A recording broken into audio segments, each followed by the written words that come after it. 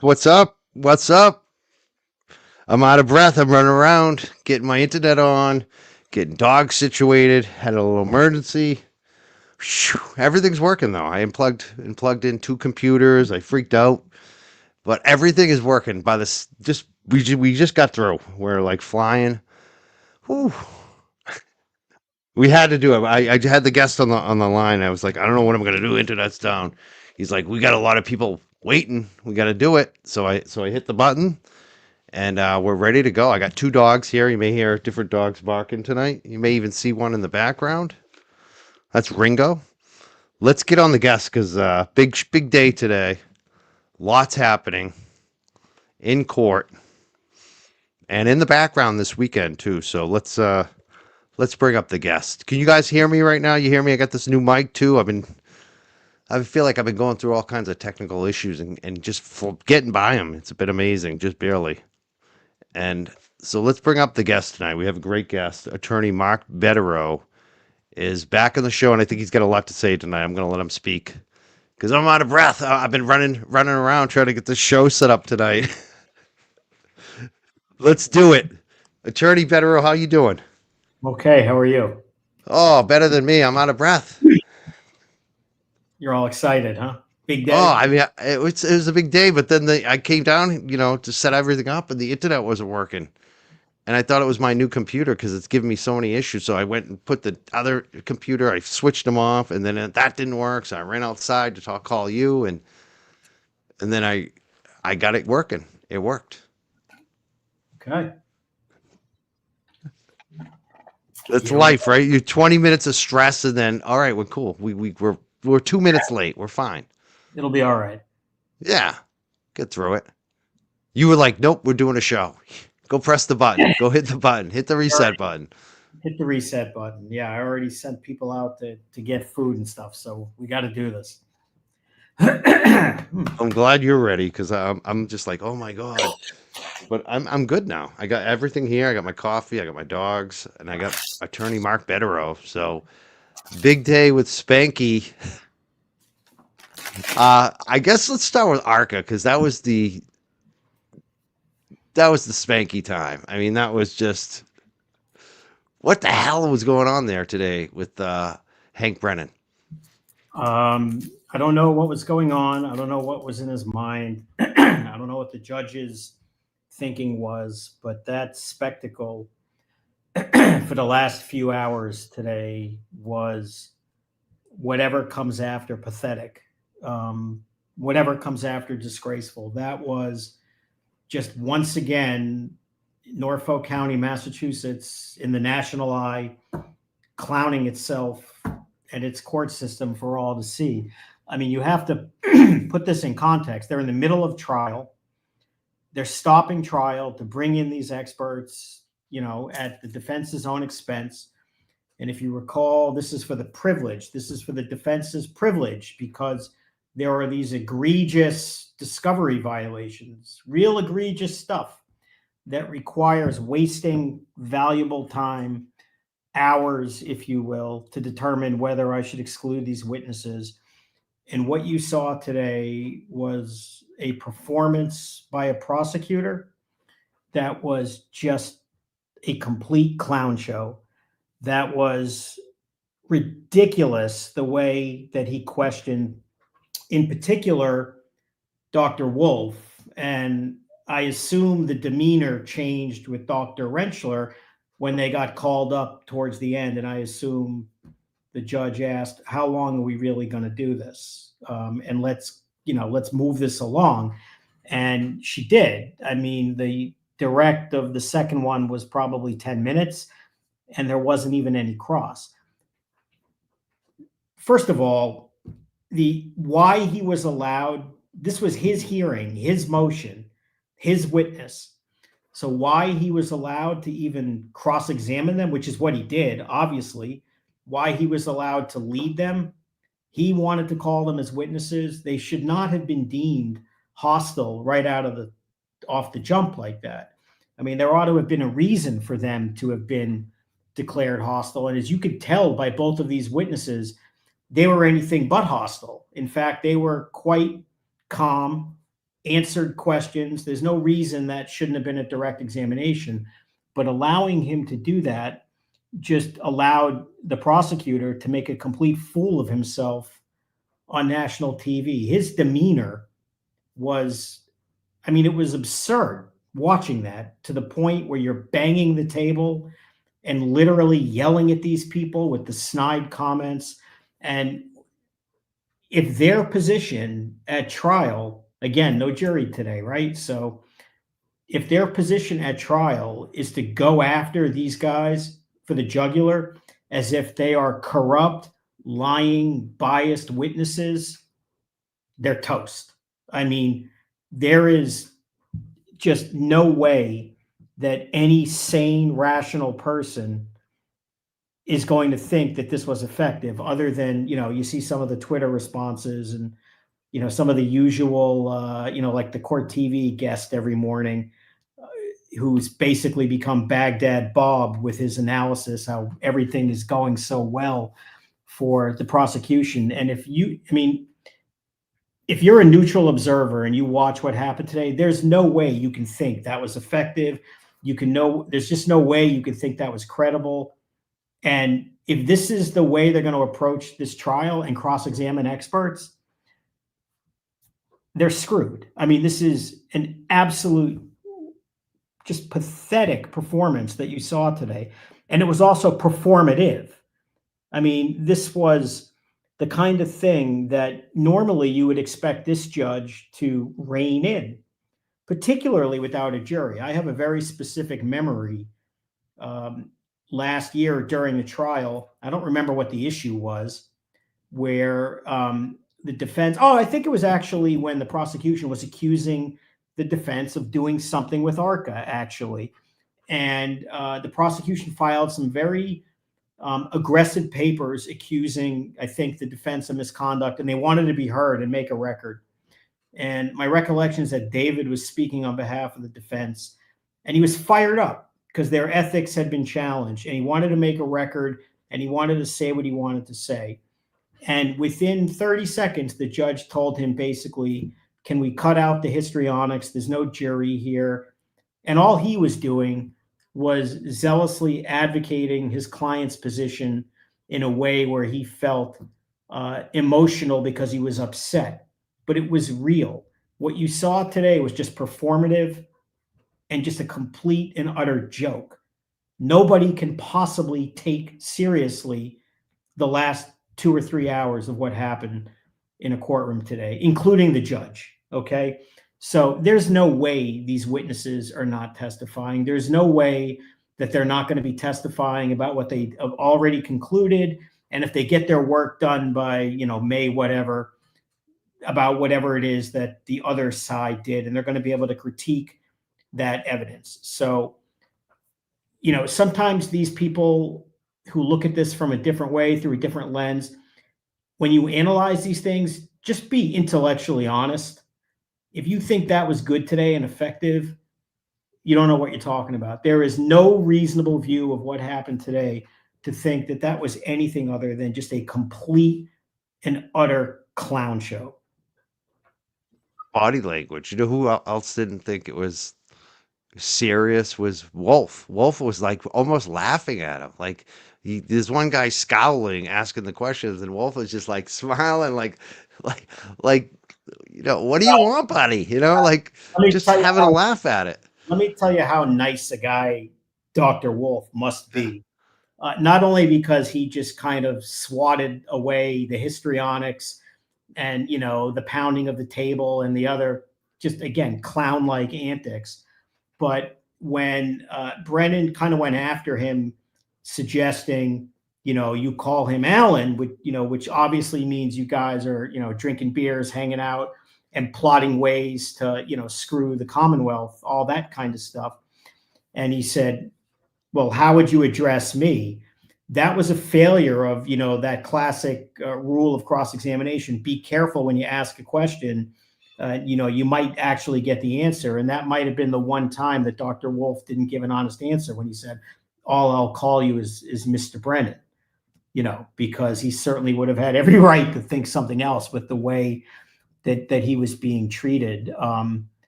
You know, Brennan is an experienced lawyer. He's been around the block. He's been involved in a lot of high stakes litigation, prosecutor and defense counsel. And for a prosecutor to act in that manner, it reflects poorly on him, but more importantly, it reflects poorly on Michael Morrissey. Okay. They're paying money, they're paying premium for this. And this makes that entire office look terrible. They look like this is just something where they're going to go after these kinds of witnesses in this way. Now, if they had evidence and a reason to do it, then do it. I mean, but the purpose of the hearing presumably was to establish these egregious, discovery violations for which they failed utterly, by the way. But there's a way to do that with a witness like these guys. They're not the enemy, okay? If you're the prosecutor, the enemy here in their twisted interpretation of this are the defense lawyers, okay? They're the ones who allegedly suppressed the evidence, lied about it. But, the irony is you get all this criticism of everybody wants to say there's a conspiracy. Everybody wants to say there's a conspiracy. This prosecutor is alleging that the defense attorneys conspired with the ARCA witnesses to lie, suppress, cheat. This is absurd. So you could have gotten more out of these guys if you just tried to extract meaningful information and then you blame the lawyers. But to come out, swinging from the chandelier like he was with, drool coming out of his mouth because he's just so aggressive and foaming at the mouth to come after these guys. There's just a lack of composure. And whether it's an act or not, it's just a complete and utter charade and a complete lack of discipline and a complete lack of focus. And they're just wasting time. And what relevant information did they gather today other than that, the feds watched the first trial very closely? That was the goal of the exercise. I don't know. But what a shame that they wasted valuable trial time today at great expense to the defense, threw the jury out, for this spectacle. And really unfortunate that what led up to this was the judge making this, in my view, just unfounded determination that there's been this egregious discovery error that I've already concluded, and I'm seriously considering suppressing this evidence, and I'm doing you, defense, a favor by having this hearing. And it got to the point where the judge, threw in the towel and said, no mas. For the old boxing fans, if you know what that means. You think she might back off on the disciplining the defense team now? Well, she ought to, because there's no reason to discipline them. What did they do? As it relates to, tell me what they did. Yeah. The text messages don't exist. Yeah. What is she going to do? Say you used Signal? Well, do you blame any of these people using Signal? No, I use Signal all the time for the same reason, because I don't trust Norfolk County anymore. Sorry. These people argued with a straight face that we should be able to pierce the privilege between Karen and her attorneys over some ticky-tack, minor law school exam type of waiver of privilege. They've gone after her parents, subpoena their records, put them on the witness list. They've done all of these kinds of things. And so why wouldn't they communicate in a way that doesn't make them subject to being spied upon and subpoenaed by, an abuse of government power, which appears to be going on here. So again, there's just no good way to look at this and say that was a useful, use of the court's resources this afternoon. And I don't think the judge is going to do anything, but I'm sure in her mind, she's saying, maybe I went too heavy in criticizing these people. And maybe she thinks they still did something minor and should have been this or that. But to turn this into a grave concern, suppressing evidence hearing just a few weeks after she didn't grant an evidentiary hearing, when the prosecution admits that the disgraced and terminated former lead investigator suppressed key evidence for at least 2 years before he even told the prosecution, and then they still didn't even disclose it on time, that wasn't worthy of a hearing, once again, to me, makes Norfolk County just look, at least as it relates to the world of criminal justice, as a complete laughingstock and joke. One of the things that keeps coming up tonight, and I even had it as a question earlier, is about Dr. Wolf's family. Here's a comment. Russian Aloha says, "It's disgusting. Dr. Wolf's family has been threatened. There's so much wrong with literally every single thing with this trial. This is insane." And then there's another comment here and said, "I'm glad Dr. Wolf got to explain the harassment he and his family have endured by the Commonwealth side." Considering all the stuff, I mean, I've been talking about this we all have and we've all experienced it. Like, it's like almost every guest that comes on my show, I have to warn them because they're going to get harassed the first time they come on the show. Oh, I know. Like, I know. yeah. So, yeah, I know, you've been through it. Everybody does. So, because the big narrative I think they're going to try to push again is the harassment from the Commonwealth is going to try to push this harassment angle from Turtle Boy. I just have a feeling they tried to do that last time. Jennifer McCabe. Is there a way that they already the defense? Yeah, they tried that. Is there a way a defense can boomerang it around and show, like, you know what? It's actually the McAlberts who are the bullies. Like, because that came up today. I was surprised that Dr. Wolf talked about that, but then I remembered what they did to his wife, his kids. I saw what they did. They were horrendous to that guy's family. So the difference what do you is think? this. No, I don't think they're going to try to do it. I think they're going to try to keep all of it out because it's all sideshow drama that has nothing to do with the issues here. And the difference is this, okay? Dr. Wolf was being harassed because Brennan filed these kind of silly motions and made these silly allegations that he must have been somehow corrupt by being in the defense camp. And ARCA is a very dangerous witness. They are the third rail for the prosecution, no question. So what happens is a lot of the unhinged trolls online latch onto that and harass him for no other reason other than he's going to damage this case. And, they said in court, the prosecution, that they think he must have done something. So a lot of these mindless worms just come after him and say, well, then therefore, Dr. Wolf bad, so let's attack his family. That's not the kind of thing the defense wants out there or needs out there. This guy's going to testify. You saw him today, and he's going to testify in front of the jury, and he's going to testify to what he thinks, and it's going to be very exculpatory, favorable evidence for the defense, and that'll be that. The witnesses who are pushing forth this on their own, without being questioned, by the way, it just kind of comes out, in their own way, are these people who know they're going to get filleted on cross-examination for inconsistent statements or testimony that doesn't make sense. And so the way that some of them do that is to lash out and say, I'm a victim, and it's a form of deflection. I mean, you saw that at the first trial. I think Kerry Roberts tried that for a few minutes in this trial already, and the judge didn't allow it, by the way, didn't want to hear it. So I don't think it's in anyone's interest, really, for them to bring this kind of thing out. And so I don't think at this point it's going to be a factor. Certainly not harassing Dr. Wolf. I mean, the defense is focused on the case. They don't want to elicit that. That's a sideshow. Why get into that? This witness is powerful, exculpatory. They want the jury focused on that.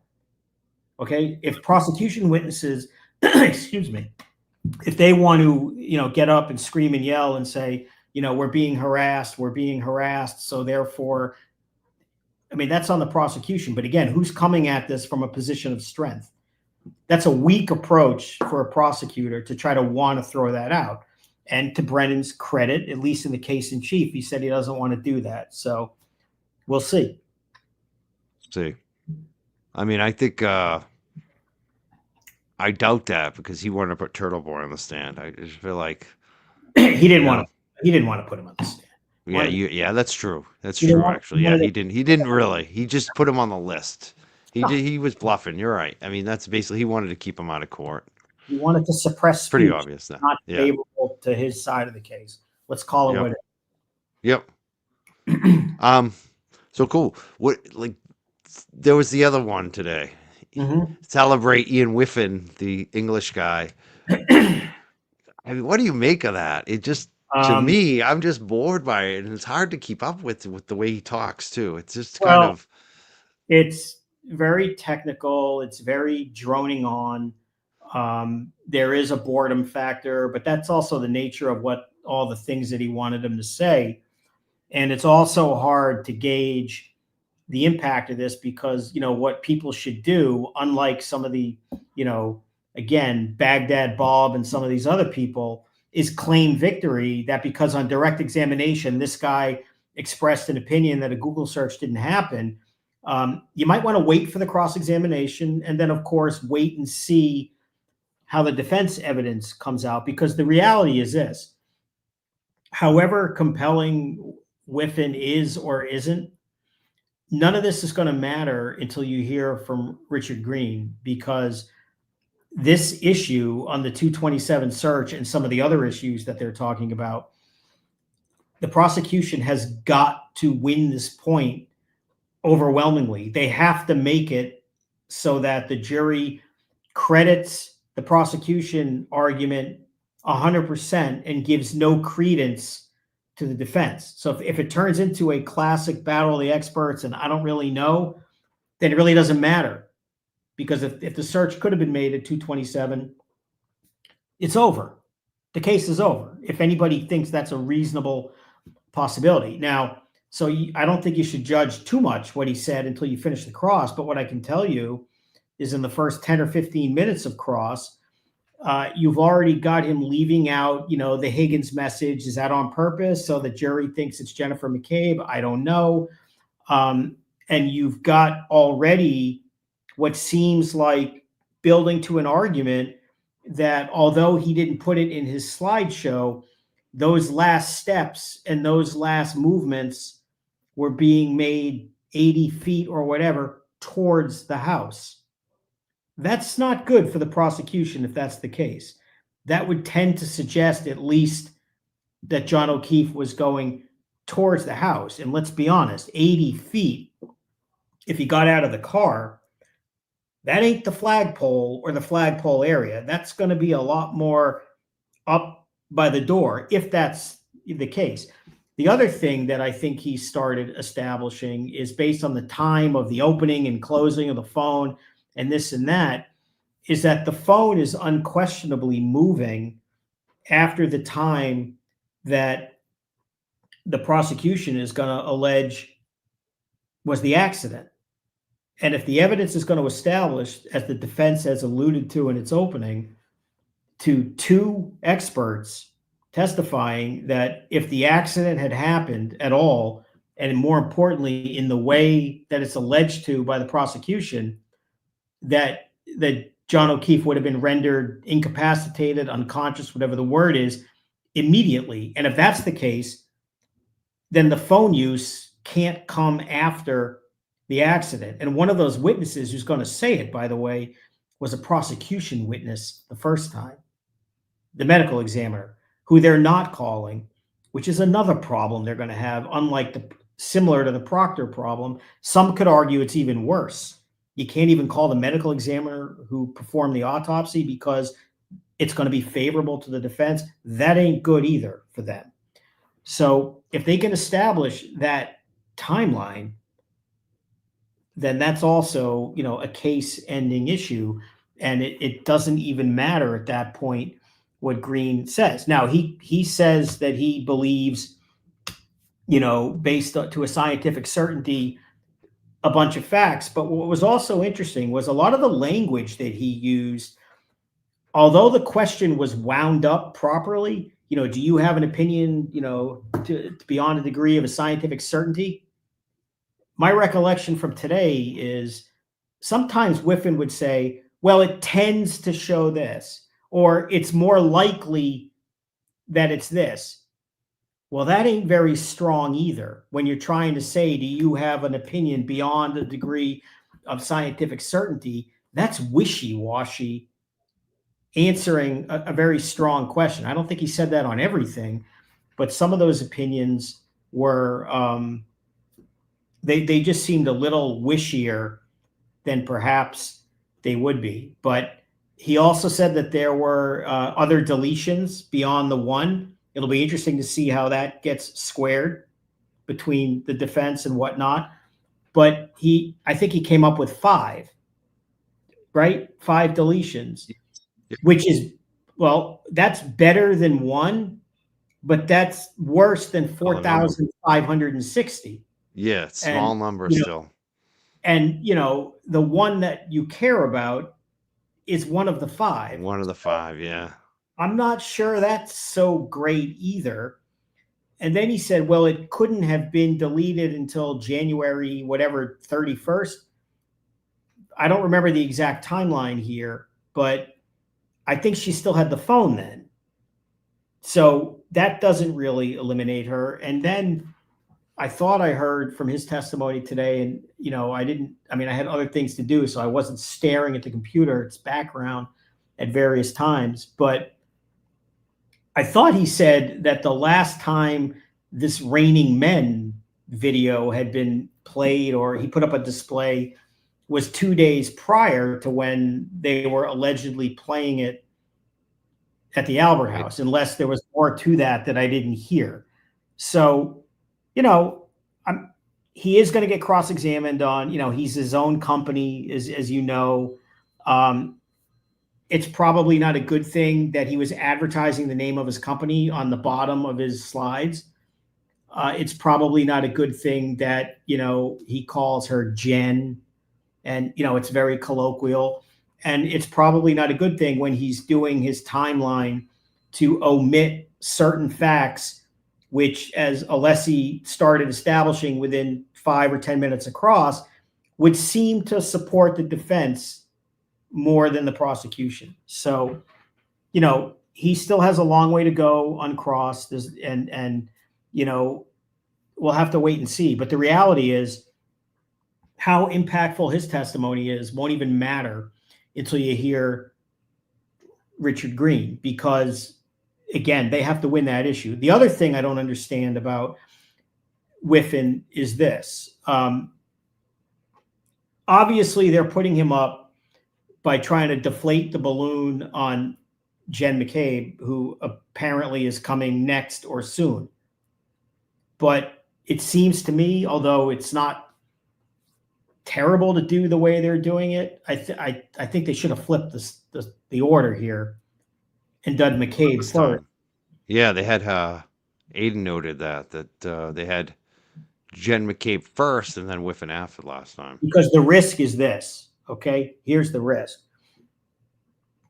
If Whiffen is undermined on cross and the jury already has an idea, well, he's not that solid on a lot of these things, that ain't good if that happens before McCabe even steps foot in the courtroom, with all the other issues that she's going to have on her evolving story, inconsistent statements, the timelines, the other text messages. She's telling them everything and all the other stuff that's going on. Again, to me, they've had a pretty rocky rollout here in their first several witnesses, but that's just one lawyer's opinion.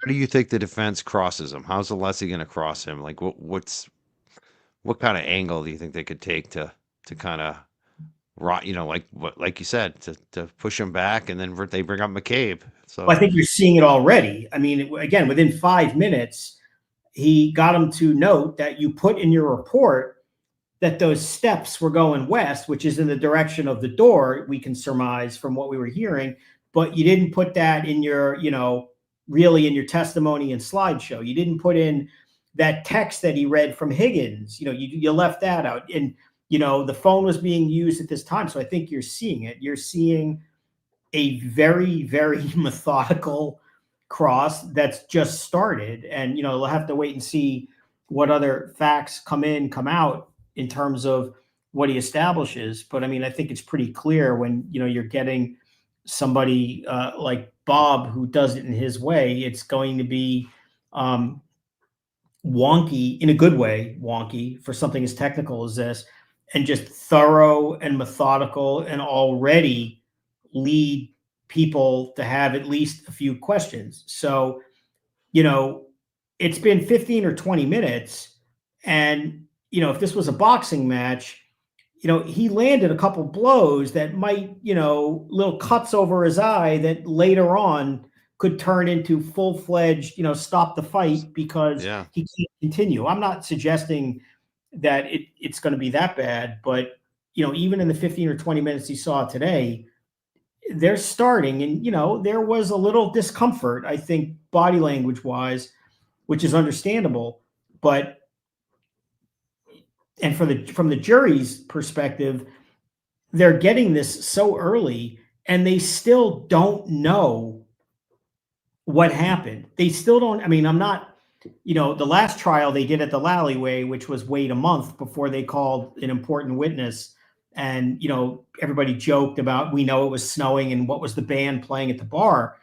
But there's risk in getting all this technical data out that has no context in this trial. I mean, what does it mean about John O'Keefe going to the door? They don't even know yet. They don't know who saw what, where they were, what they That's did. so true. Or even the 227 search that came up today. It was like the jury doesn't even know like why that's important, do they? Really? They don't even. It's all out of context. And you've had one or two firefighters, you've had no police, you've had no state police, no real investigators, you've had no crime scene, whatever you think of the crime scene. You had Kerry Roberts out of nowhere, which didn't work out well. You started with this guy Nuttall, which is like going headfirst into a brick wall without a helmet for some reason. I don't know why the hell they would ever open on him or start him first. Then you bring in, a technical expert without any context to put any meaning to the data. And then from there, you're going to go into the biggest fact witness you have at all without also, I would put some of the other people in front of her to bolster her testimony. But when she's the first one out of the gate, this is the first time you get to attack the story. And she's told many, many stories. I mean, the story has changed, and it's always the cop's fault who didn't write it down. And we're going to have that battle right out of the gate, apparently next. This is, look, he's been doing this a long time. He knows what he's doing.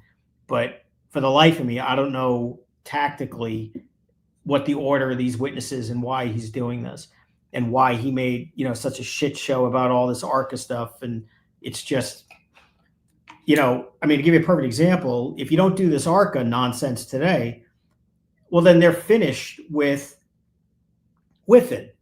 Now, all you've done is give someone like Bob overnight to study more.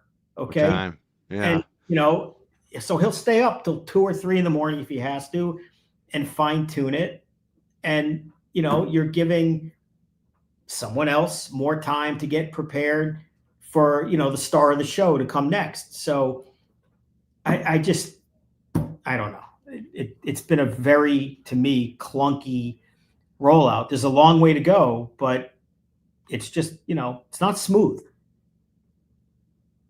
That hasn't been good for Hank Brennan so far. Definitely a lot of missteps, to say the least. I mean, Kerry was a disaster. That's another one.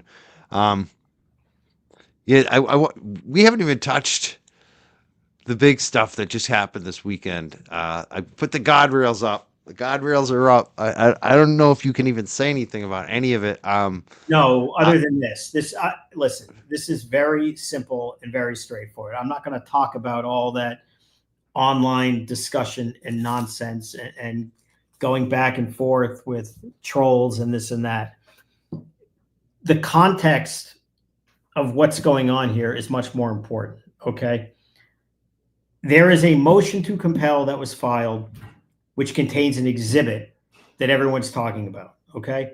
But you have to go much before that on why there's a motion to compel. The reason there's a motion to compel is because in October, and all of these things are in the public record, there was a letter demand that was filed.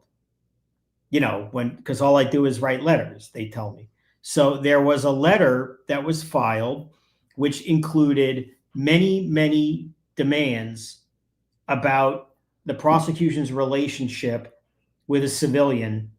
And if you look at the letter and the other two letters that predate the motion, there is a plethora of evidence which supports a good faith basis and leads us to, believe on information and belief that this individual has had a relationship with law enforcement.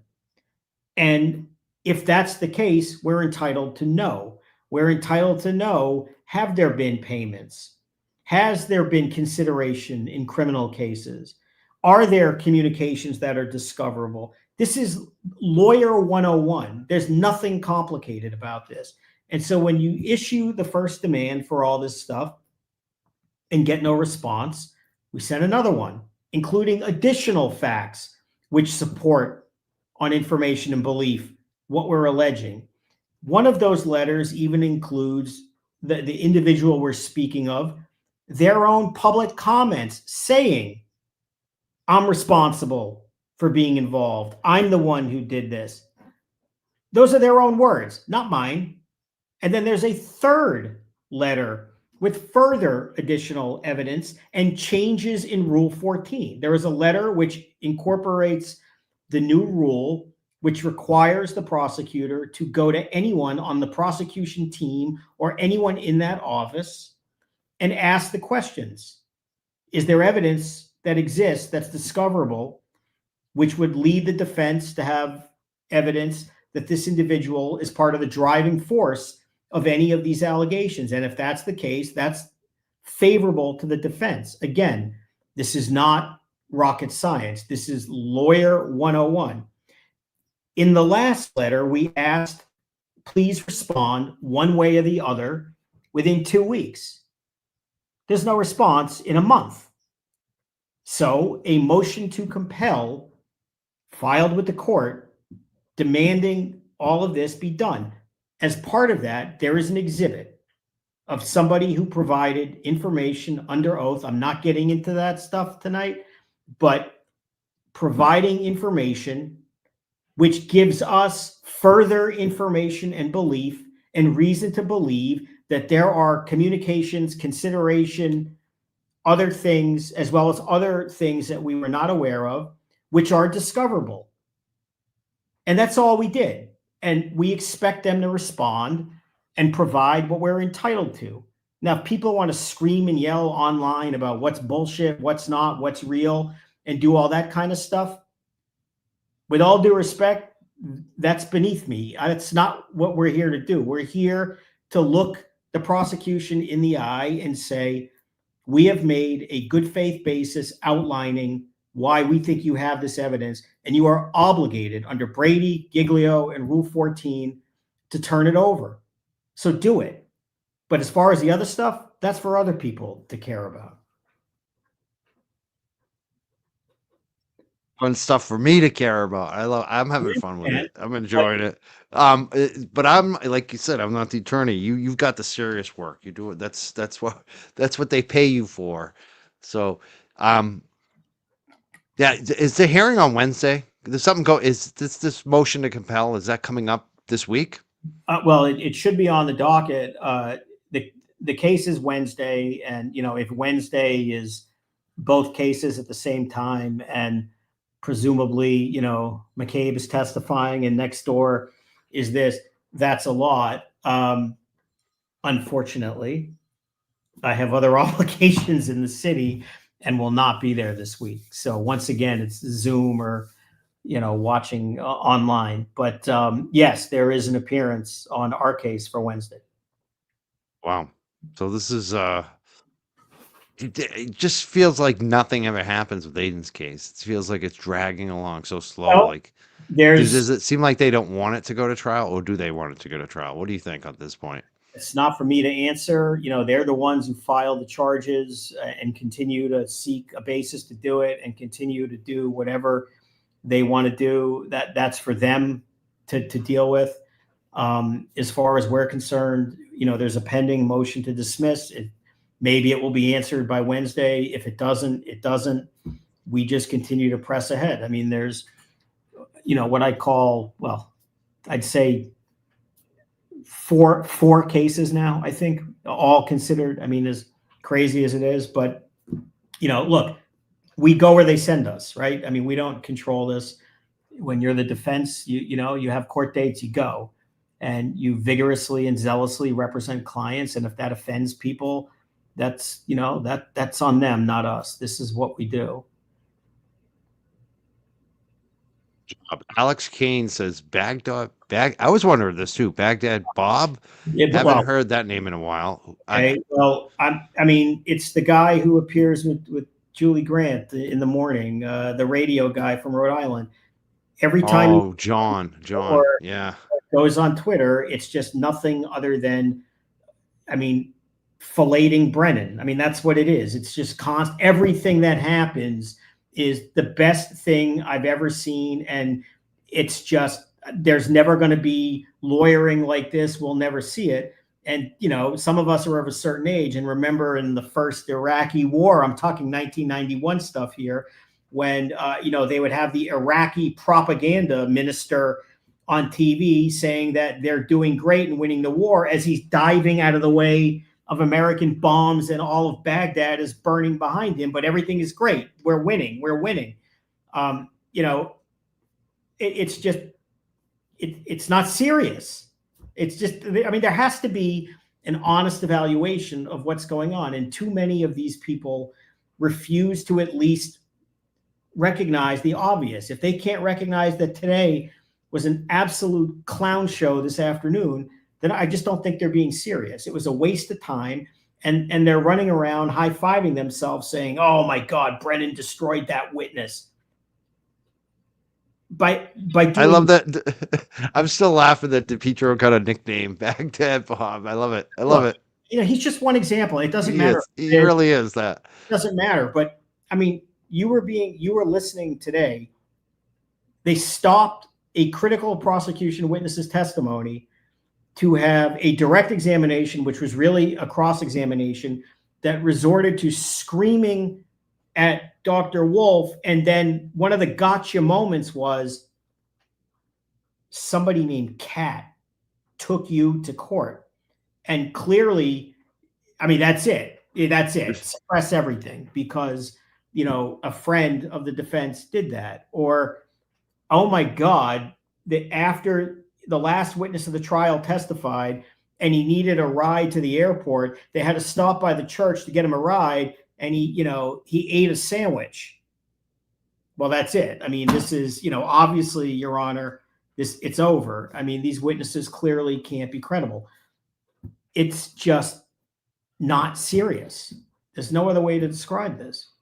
Judge isn't serious too. I mean, the fact is these guys, the bottom line is these guys wrote their report before they knew who Alan Jackson was. You know what I mean? So it's just friggin' ridiculous. All of it. I know we've talked about this in the past, and I said then, and I'll say it again. If their strategy at trial, meaning in front of the jury, okay, and even if it's with a little softer approach than all the histrionics and faux outrage and righteous indignation and all that nonsense you saw today, but if their argument with a straight face in front of the jury is that these guys who were engaged by the U.S. attorney in February or whatever it was of 2024, who didn't know anything about the case or anybody, were given certain data, asked if they had an opinion, they said they did, and then after that were called as a witness by the defense because they were exculpatory, even though both sides had an equal opportunity. And then after all of that, they later argue, well, they're biased because, they discussed an outline for a few minutes before, as by the way, you got a preview. If there's examination on that, I would do that with anyone. I mean, you saw the redirect that you'll get if Brennan tries to delve into this nonsense of, oh my God, you called him Alan, or you gave him the questions that you would do in every other case, because that's what he's going to say in front of the jury. The jury's going to say, I get it. And then you had the temerity to give them $20,000 of travel expenses because for the first time in their career, they were in a very unique situation because they were hired by the federal government. They needed approval. They're not lawyers. They don't know what they're supposed to do. if they come after these experts on this kind of crap, I mean, there's petty, and then there's just really petty, and it's just not effective.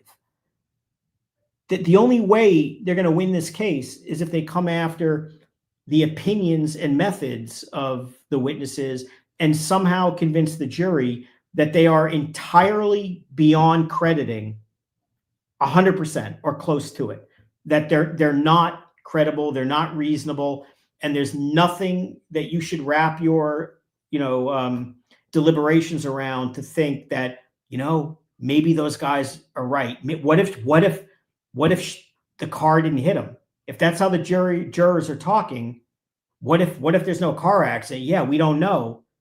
Then this case is over. Nope, you're silent. Bless Mom from Texas says, Dr. Wolf even said you could have called us too. What do you think about that? Well, that's the point. You got a preview of how stupid this whole inquiry was and will be if it's done again at trial. I mean, again, it's another example of walking into a brick wall head first, running into a brick wall without a helmet to prove what? Because that's what's going to happen, okay? These witnesses were fair game. It's not surprising that the prosecution didn't call them as witnesses because it would have, torched their whole case. I get it. But to sit there and say that these are now defense puppets because they favor the defense on the facts, not on the bias, on the conclusions. Okay, if the shoe was on the other foot and these guys had an opinion that said, well, this seems consistent with a car accident. Now, on top of being bad for the prosecution, okay, and if the defense were in the position of having to cross-examine these guys, they would try to get their own witnesses, just like Brennan did. But do you really think that these defense lawyers trying to be credible would have a line of attack if they were cross-examining the ARCA witnesses by saying, you guys are hacks because you testified for the Commonwealth of Massachusetts? No, because of course not. And by the way, neither did Lally. And do you know why? Because whatever else you may or may not think of him, he knew that would be stupid, that nobody would do that. That's why he didn't ask those questions the first time. That's not incompetence. That's having like a base level of, I don't want to embarrass myself in front of the jury, because they're not biased. They were hired and prepared a report before they knew who anyone in this case was on either side. They were equally available to both sides. And here's a big shocker. The side that their opinion favored under the facts of the case reached out and said, we want them to testify. That's called common sense. There's nothing nefarious about that. It's a comment here about Wolf and the feds. And basically, here it is. Eric M says, I love Wolf name dropping the DOJ as if to say they're watching this case very closely and you're all being super weird. He might consider that. Do you think he actually had that kind of thoughts? Like, why do you think he mentioned the feds today? No, I think he is what you call an earnest witness who's answering questions and giving basic common sense, logical answers, and is speaking the truth. Now, it may have that impact, but I think the only thing that someone like Dr. Wolf would be thinking is, why is this guy on the verge of having a stroke yelling at me from 15 feet away, making all these snivelly, stupid comments for what? I mean, what are we doing here? I think that's what he was probably thinking. There's no meat on the bone. What are we doing here? It'd be one thing to get yelled at if you like, what's that movie? The Good Men with Tom Cruise and Jack Nicholson in the court. I want the truth. You can't handle the truth. Yeah. I mean, that would be appropriate in that type of moment, but there was nothing there. Listen, it's like, what are you getting at? There's nothing to get. Like, you knew that Tom Cruise wanted to get Nicholson to tell the truth and say what was really going on. And he got him to tell the truth. But it's like, what did he think Wolf was going to say? I put up a tweet earlier today and basically said, I mean, look, I'm a former prosecutor. Brennan was and is a prosecutor, right? He was in the past. Many lawyers who end up doing what I do for a living come from that background. And I am waiting to hear from just one prosecutor or former prosecutor who did this for more than 5 minutes to say, yeah, that was a very professional and effective exercise today, and that was an appropriate demeanor. There will not be one, okay? Not one. And if there is, I'd love to hear it and talk about that, because it was just ridiculous. Said a lot tonight because it just was. There's not much more you can say. Do you think Bev will wait to decide on No, ARCA right before the defense presents, or will be sooner? no, I think it'll be tomorrow. There's no reason to wait. I mean, it's time, right? It's, the trial is going on, and I think it's unfair to both sides to delay, including the prosecution. I mean, they have a right to know what it's going to be. If there is a report, they have a right to see it. But no, I think if fundamental fairness says this is an easy issue, this is a hearing that never should have occurred. She said some very regrettable things about the defense, which didn't bear out. There's no reason to sanction them. There's certainly no reason to exclude these witnesses.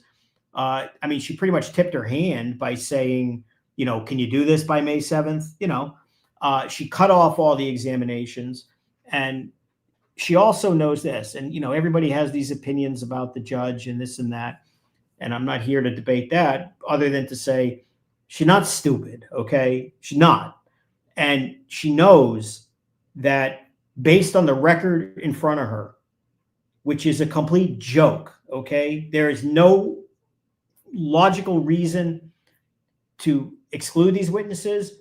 I don't think that there's an adequate record that supports her finding a fact that the defense did anything wrong here. In fact, I think an appellate court would call it an abuse of discretion, okay, if it came up on appeal related to this. But she knows one thing. The due process clause gives the defense a right to present a defense and call defense witnesses. And who are the most important witnesses to any defense? And you don't have this in every case. Exculpatory witnesses. And in this case, these witnesses, plural, 2 of them, are as exculpatory gets. The prosecution's entire case is premised on Karen backed into John O'Keefe with a vehicle, causing his death. That's it. That's their theory in a nutshell.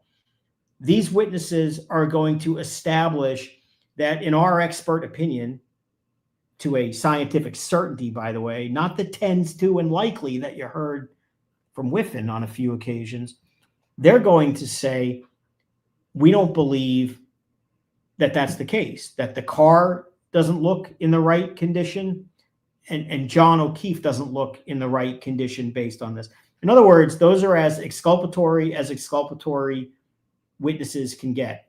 And if she were to exclude them on this record, which is, there really is none to do this, then that's going to be a due process violation, depriving the defense of their right to call defense. In English, you would say she's forcing them to try the case with, I'd say not one, but 2 hands tied behind their back. And given how critical to the case these witnesses would be, it would never be harmless in the event Karen got convicted. And this would be tossed on appeal so fast and with scathing language. And she's not going to do that, okay? Because she knows that. So there's no way that these witnesses are going to be excluded. Absolutely, positively, no way. Comment wants to know, why did Brennan ask so few of his grave concern questions to ARCA? No questions about defense involvement and scope of work, defense involvement and materials provided, etc. That's from Alessi's binder is greater than Breenan's binder. Because it was a circus and a clown show, okay? Because there was no point in having this hearing. There was no basis to grant the hearing. And you now know that, having seen a hearing where literally nothing relevant was established. The only relevant facts that I recall from today are that, Kat brought Dr. Wolf to court and Dr. Rentschler may have had a sandwich after he testified. Other than that, I can't recall anything of any great import that came out of this. Oh, and they use Signal. That's apparently a big deal. They use Signal. That's evil. Signal is evil. Using a messaging app is evil. Yep. Nefarious. Lola, the good dog, says, how can Bev continue to say knowingly and willingly committed violations without any reason or evidence? Feels like she branded them with a scarlet letter. Well, it is. And, the problem is there ought to be an objection. And she assumed, facts, not an evidence, as they say.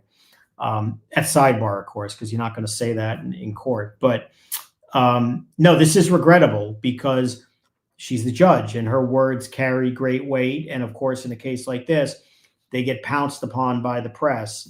And to consistently say that I found these knowing and willing violations, and they're really two-pronged problems. I mean, she said that they deliberately suppressed evidence that they should have disclosed and then lied about it. That's a double whammy. That's not one, that's two.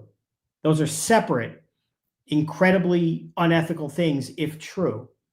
And if true, and there was credible evidence to support that, and a judge truly believed that, then the lawyers up and down the line should have been tossed from the case and been reported for ethical violations.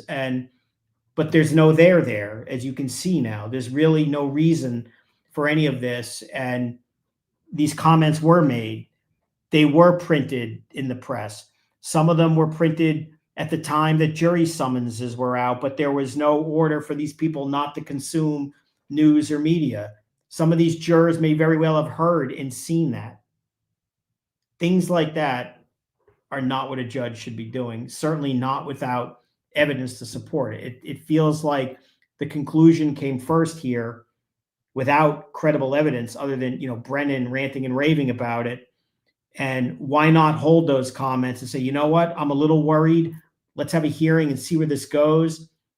And then you do the hearing and then you say, you know what, okay, I'm going to rule this. Let's move forward. But the damage is done. And I think that was very fundamentally unfair to the defense. On that. Didn't Bev say she didn't believe that Archer started talking to defense again in February? Turns out they did because Brennan slandered Archer in court and Troll seized on it. I mean, that's basically what happened. I mean, I think he testified that part of the reason for the conversations was because, I'm just some witness in a case, a doctor, again, not really biased, just stating what I think, but he's making, again, think of the pattern in this case. You get a privilege in the courtroom. You can say whatever you want within reason. And you make all these, unfounded allegations without any sworn statements, without any evidence to back it up. But you throw enough mud at the wall in the courtroom, people listen to it. And of course, some of the simpletons that, are out there pounce on it.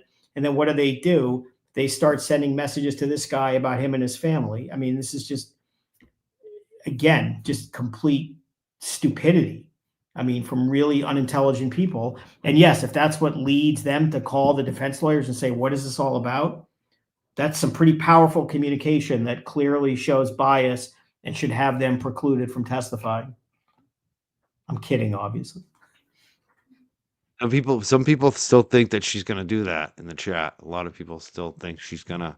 The reason why people think that, and this has been the fundamental problem with this case for the better part of 2 years, the public perception of Norfolk County is Chinatown. I mean, that's what it is.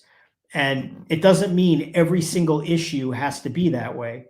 But when people see enough things and detect what they perceive to be enough bias or enough unfairness or enough one-sided rulings, the greater part becomes, the macro becomes more important than the micro. And the macro view is it's just the same crap in this case, and it's always going to be that way.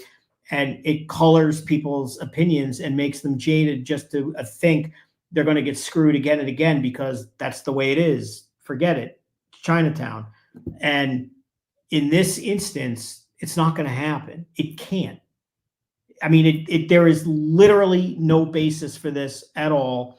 And you're not talking about a minor thing. You're talking about excluding the most powerful, exculpatory, and unbiased. That's the key, too. Not only are they exculpatory, they're not defense hacks.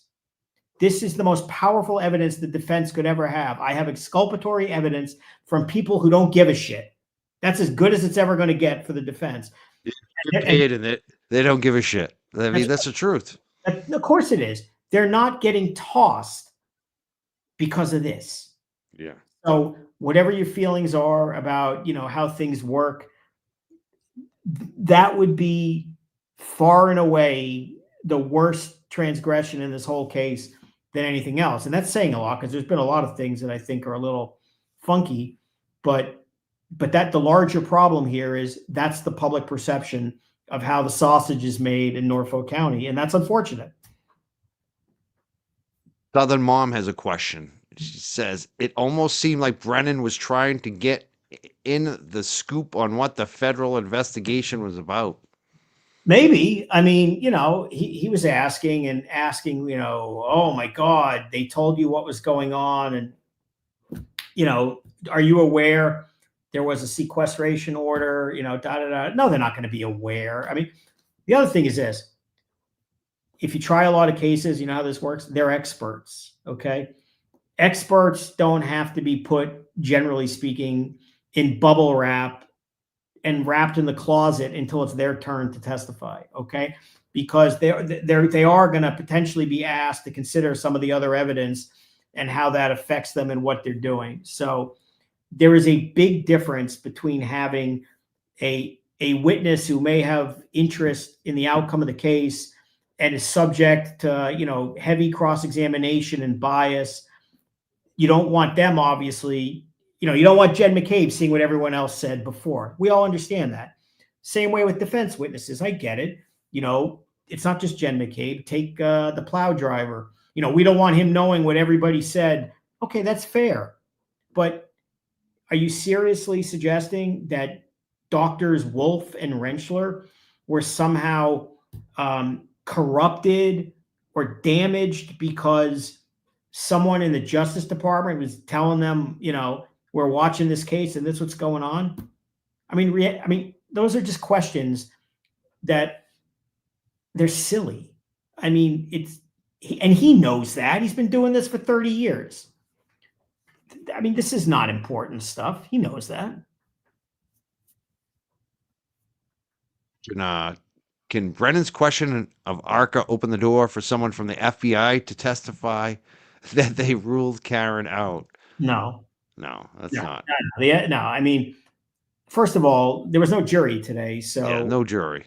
I mean, I don't think you're going to see this level of histrionics where literally it felt like he was screaming and swinging from the chandelier, like, again, in just a silly way. He's not going to act like that in front of the jury. And if he did, the judge would actually, there would be, nuts. Yeah, no, I mean, it would be outrageous. Hopefully. No, I mean, come on. She would. I never trust her. I mean, she to me is erratic. Sometimes she's okay. And then sometimes it's like, oh, there she is again. She would not allow that in front of the jury. She would not allow that. So, what else is it all about? I don't know. It's all just part of the act, try to get some press hits, a way around the gag order, perhaps. I don't know, but I don't even remember what the question was, why we were talking. You know what? The other thing, it costs Karen more money. Absolutely. And a complete lot more money. I mean, it's expensive. Yeah. It costs them money, and it costs court time. It costs taxpayers money. It's a waste of the jurors' time. How many days off are they going to have? Half days and this and that. it's a Monday, right? I mean, it's the first day back and we're back to a half day for like the third day in a row. Not a good sign. Not a good sign. And Jen McCabe's coming up, and that's probably going to be a train wreck. This is Freebird. They're asking about this rock that was planted at the site visit with the Albert name on it. It's really bizarre. I don't know if it's very important. What do you think? The question is, did United complain about it? I didn't hear anyone complain, but we don't hear what goes on at sidebar. What do you think about this rock situation? Well, I have no idea whether the defense complained about it or not. The problem is this. Once again, the crime scene visit, and I said this in a Fox interview last week as well. The crime scene visit for the second trial, again, is too early. There's no context for anything, what these people are seeing. And if I were the defense, I would ask to go back later, and she'll deny it, but I would make that record. They don't, and telling them before they leave, pay attention to the window, is very different than letting fact finders go to a crime scene and say, you know what? Okay, that's the window that they testified they lived in. That guy could spit from the window to the flagpole. How did he not hear anything? But all that kind of stuff. Or how could they come out of the house and not see this? Or, wow, that's the living room where they were all, listening to It's Raining Men and sucking down White Claws, but it's 30 feet away. How did they not hear a car go smashing in reverse? Hell, I'd want to see an experiment where they have a car go 24 miles an hour and see how loud it is. They go to this crime scene and they don't know any of this. But what they do, but they've already heard evidence that, his head from Nuttall, and maybe another witness as well, that he had what appears to be a pretty substantial head wound, that the jury is not stupid. They know they're going to be told later that's probably the fatal wound. Okay. That's going to be the cause of death in a scientific sense. And, if the rock isn't there, you look around and you say, well, how the hell did he split his head open? And then lo and behold, out of nowhere, apparently, right by generally speaking, the area is a rock that could be jagged. And, again, presumably his head could split. Now, in prior pictures and testimony, no one's ever talked about a rock. And obviously they would have, because if it was there, it would have been an important thing to determine. So the question is obvious. How the hell did the rock get there, and who put it there, and why? And how the hell did it disappear right after? I don't know. I think they should make a record of this. If they didn't object before, they should object after. And the only advantage they have, given the way the prosecution has put the case in, there is ample time to examine every single witness that's related to that scene. And I'm sure they will. Gallagher, Good, Lank, blah, blah, blah, all the civilians. There was no rock there. There was no rock there. There was no rock there. There's no rock in any of these pictures. And I would do it again and again and again with every single one of these witnesses. And perhaps jurors on their own will scratch their head and say, why the hell was there a rock there then? And who put it there? And why does it say Alberts? I mean, this is just another example of everything about this case is just so bizarre. I can't believe they didn't move the wrong. I don't know. Who knows what's going on? I don't know. We don't know what's going on behind the scenes. I don't know, but they're in a position where they're going to have to establish through witness after witness after witness that on January 29th of 2022, there was no rock. Not there anyway. If they moved it from the brush or whatever, who cares? So many reasons why this would be appealed if Karen was ever found guilty. I mean, that's just another one they'll just add to the pile probably. Yeah, I mean, did they object? I mean, issues on appeal have to be preserved. And they have to be preserved on time. So if they noted that the rock was there, and that it was odd and different and nobody said anything, that's on them to object right away, or certainly take every reasonable step as quickly as possible to point that out and say it's not fair, or seek another remedy, like, I don't know, another visit to the crime scene without the rock after the other witnesses have testified. I mean, if I were Be them, good. I'd be asking for another crime scene visit anyway. It's going to be denied, Yeah, but I would ask for it, because if you're definitely. going to do one, if you're going to do one crime scene visit, the obvious argument to the judge is these are fact finders. We want them to be as intelligent and be in as much a position as they can to, wait for it, find out facts. And it's pretty obvious that they are in a better position to do that if they have a ton of useful testimony before they perceive this scene.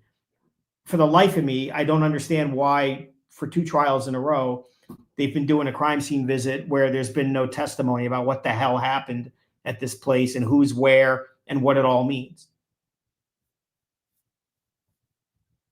Question from Lola, the good dog again. Says, Mark Bederow, all these delays for 2 years for Turtle Boy's case. Doesn't he have a right to a speedy trial? They tell me Massachusetts is, there's always a constitutional speedy trial claim. Like, under the Constitution, you have a right to a speedy trial. Most states, which again, Massachusetts is definitely not most states in many, many ways, have a speedy trial statute. Like in New York, there is a statutory right to a speedy trial. What lawyers here call 30/30 is the lingo. And yeah, they have to do things by a certain day, or they get charged in a time. And if they don't do it in under X many chargeable days, then the indictment gets dismissed. Now, that does not apply in a homicide case, but in other cases it would. But in Massachusetts, that's apparently not really a thing. In Massachusetts, you can apparently be indicted for witness intimidation like somebody else was, and then they don't even bring you to court or arraign you for a year, and the case is still valid. In most places, New York for one, that would be tossed 6-9 months before that, because they need to do things. You can't just indict someone and then forget about it, which is what they did with someone else tangentially related to Aiden's thing. But again, Massachusetts is very different, not in a good way. You know who that person is? That stinks they did that to her, It's Um, ridiculous. They keep you in legal limbo for a year. And you saw it happen with, I think, some of those people who were charged with witness intimidation for, yeah. and they were held in limbo for several months or a year. Come to New York, that thing gets tossed in 90 days if they sit and do nothing and twiddle their thumbs. And why Massachusetts doesn't have that kind of statute, I don't know. They shouldn't be allowed to charge people with crimes and then just do nothing. That is an abuse of power, and that's a form of tyranny as well. It's a lot of tyranny. Can defense bring in current 34 Fairview owners to testify? There's no rock. I guess. The real question is, there's no testimony that there's a rock. It's just a visual that showed up out of nowhere. This is another exact type of thing that you never see in any case. And then this case is one of one. Every weird thing that happens seems to happen in this case. But I've never seen a situation where at a crime scene after the fact, they're going to bring the jury to the crime scene, which, by the way, is not that common a thing anyway. Really, it happens, but it's not that common. And then lo and behold, there's a rock that appears out of nowhere in a part of the house or the yard where it could matter. And it could later lead people to think, well, maybe that's what split his head open. Again, this is just like a joke. How is this even possible? You could obviously ask the judge to address it too, right?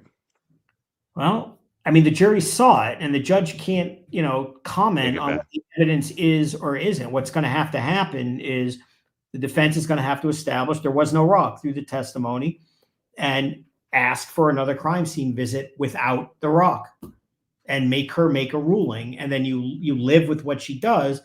But if you come in second place and there's an appeal, then you have an issue. Here's one. Melissa says, will they ever give Aiden his phones and computers back? or Karen's car back. I mean, God, I mean, who the hell knows? Again, you know, I mean, right now they're deemed evidence of a crime. There's no reason for them to have the phones. The only reason you would have to hold the phones after you mirror them and extract them is if the phones themselves have evidentiary value, but they don't in this case. I mean, now you compare that with the Lexus. They're not going to give that back because that actually has evidentiary. The car itself, you don't just want pictures; they want the jury to see the actual car. So that's a little different. That's like real evidence that they need. But keeping phones that they've already extracted, there's no evidence that he stole the phones. They're not evidence because they're phones. The data on the phones was the evidence. But, you know, that's just the way it is here. comment from Fighter Archer. Aren't they supposed to check the scene before the jury does something? Like Again, The Rock, you know, it doesn't happen. So things like that don't happen. I've never seen anything like this. I don't know how the hell the Rock got there. I don't know why it was there, who put it there, when it was left.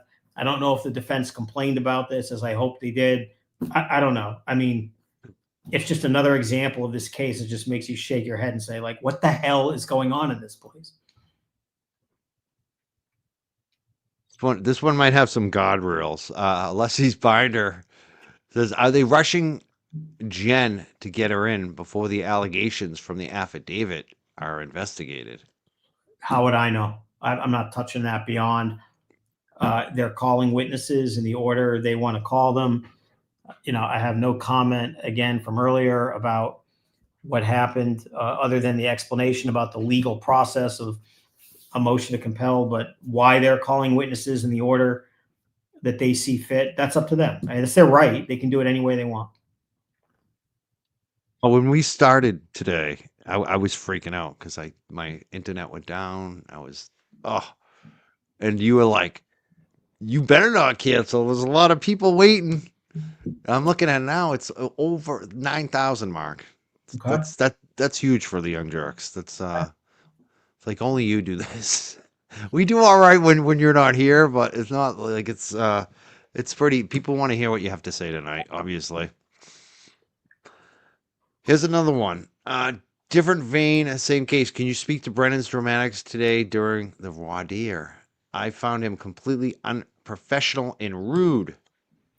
Well, yeah. I mean, we talked about this before. That's ridiculous. There is no reason to be screaming with veins popping out of your head on the verge of having a stroke at this doctor, and there's no reason for the judge to allow it. What else can you say? It was ridiculous. It was unprofessional. It wasn't real. It was.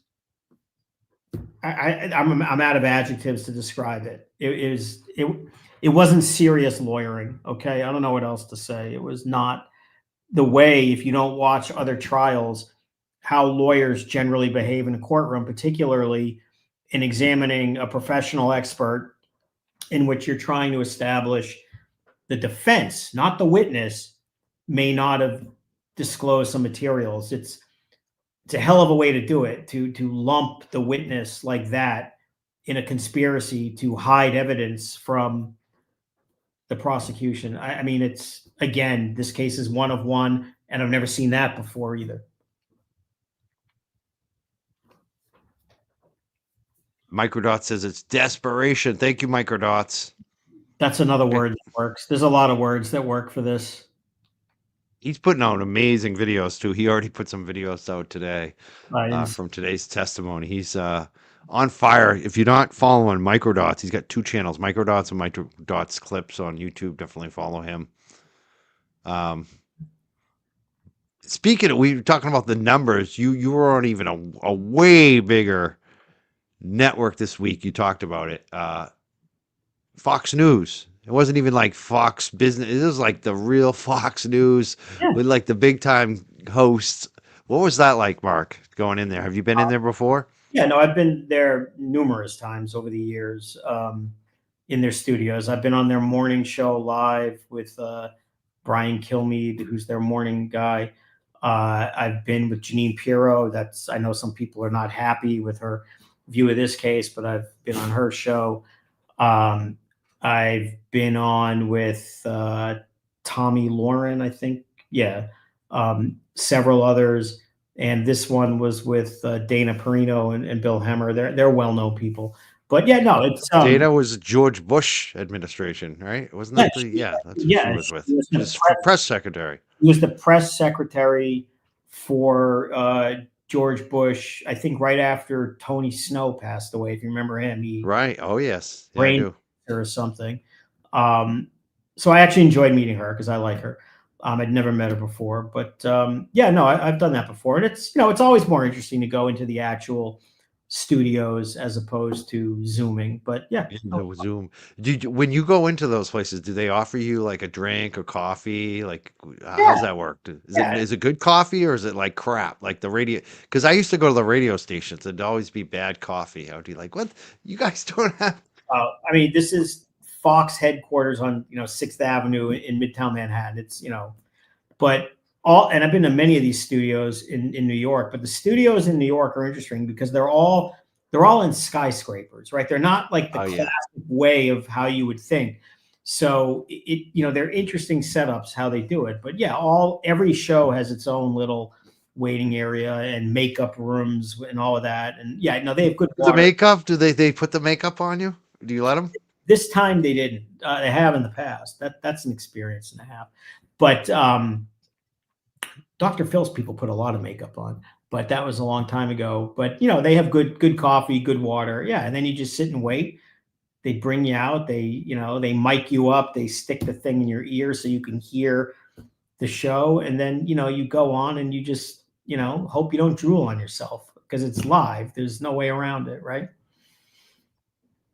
It's quick too. I mean, imagine it's like in and out. You wait and then quick and then you're out. Yeah, these are 3 or 4 minute hits, 5 minutes. I mean, it's TV. This particular show, I think it's America's Newsroom. They cover a lot of politics and stories of the moment. Breaking. Obviously, Karen's trial is a story of the moment, but they're not the kind of people that are going to dig deep. So, and a lot of people I think were critical just that their take or coverage. They're doing it for like the casual viewer who's watching this show, and this is one of the interesting things. They did call him James O'Keefe. I know that. I wasn't going to sit there 2 seconds in and say it's John. I think I did later. But you also have to remember when these shows, they're looking into teleprompters. I mean, you don't see this on TV, but they're not reciting everything from memory. It's whoever cues up the teleprompters that they're reading screwed it up is what they're going to say. And James O'Keefe isn't he one of those guys who's always like going around? Yeah. So yeah. And look, so he's well known in the right wing sphere. So yeah, he's been on Fox News a lot. Right. So you can understand, and they will look a little deeper into it, but and when you go on these shows, they give you bullet points on the topics they're going to address. It's not a chance to give a 5-minute soliloquy in front of a camera in front of 2.5 million people watching to say what it is. It is what it is. And I wonder how they control that actually, because it seems like most guests get it. I wonder how they do that on live TV. How do they make sure a person's not going to go for 10, 15 minutes and they have to shut them down? Most people that they'll bring on for commentary or legal analysis, they know who they are. They've been vetted. They've seen prior clips. I mean, they're not going to just call someone eeny, meeny, miny, mo and say, okay, we're on and 2 million people are watching, say whatever the hell you want to say. I mean, there is some degree of that, right? I mean, you have to say whatever. And if you embarrass them, they just go to commercial, I guess. But, it's interesting. And for those wondering, I did tell them 2 things. I told them before they had me on that there was a period of time that I was invited to be on the Reed legal team and that I currently represent Aiden. So full disclosure, they knew that. They knew it. Is K the bomb says, why couldn't we have a hearing on the inverted videos rather than the nonsense of ARCA today? I mean, right? Well, Kay, that's kind of the question of the day. The fact that we could have a hearing about nothing today, seriously about nothing, but when the defense made really strong allegations that the prosecution essentially conceded, they didn't concede misconduct or concede that there should have been a remedy, but they conceded that there was video that ought to have been disclosed and wasn't, which they conveniently, pinned on Proctor, whether it's true or not. How that didn't warrant a hearing, particularly in a case in which the defense was seeking dismissal, not only for non-disclosure of evidence or misconduct, intentional misconduct. And that's the key.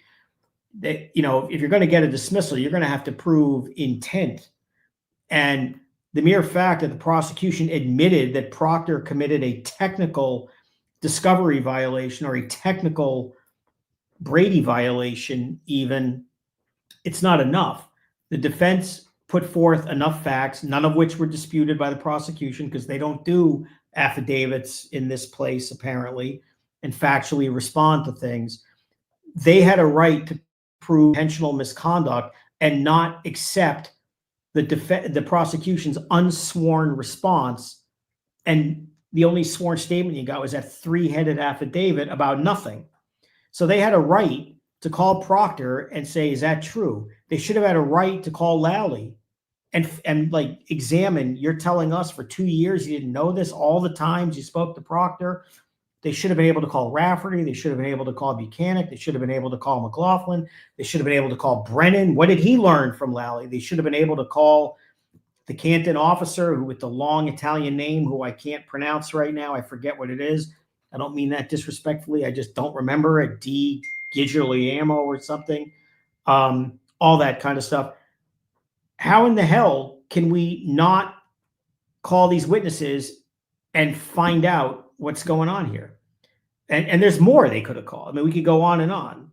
And that didn't merit any consideration or even any consideration to whether the violation was intentional. Because if it's intentional, they have a much stronger argument to say this is egregious misconduct. We were prejudiced and we need to know, and you should dismiss the indictment.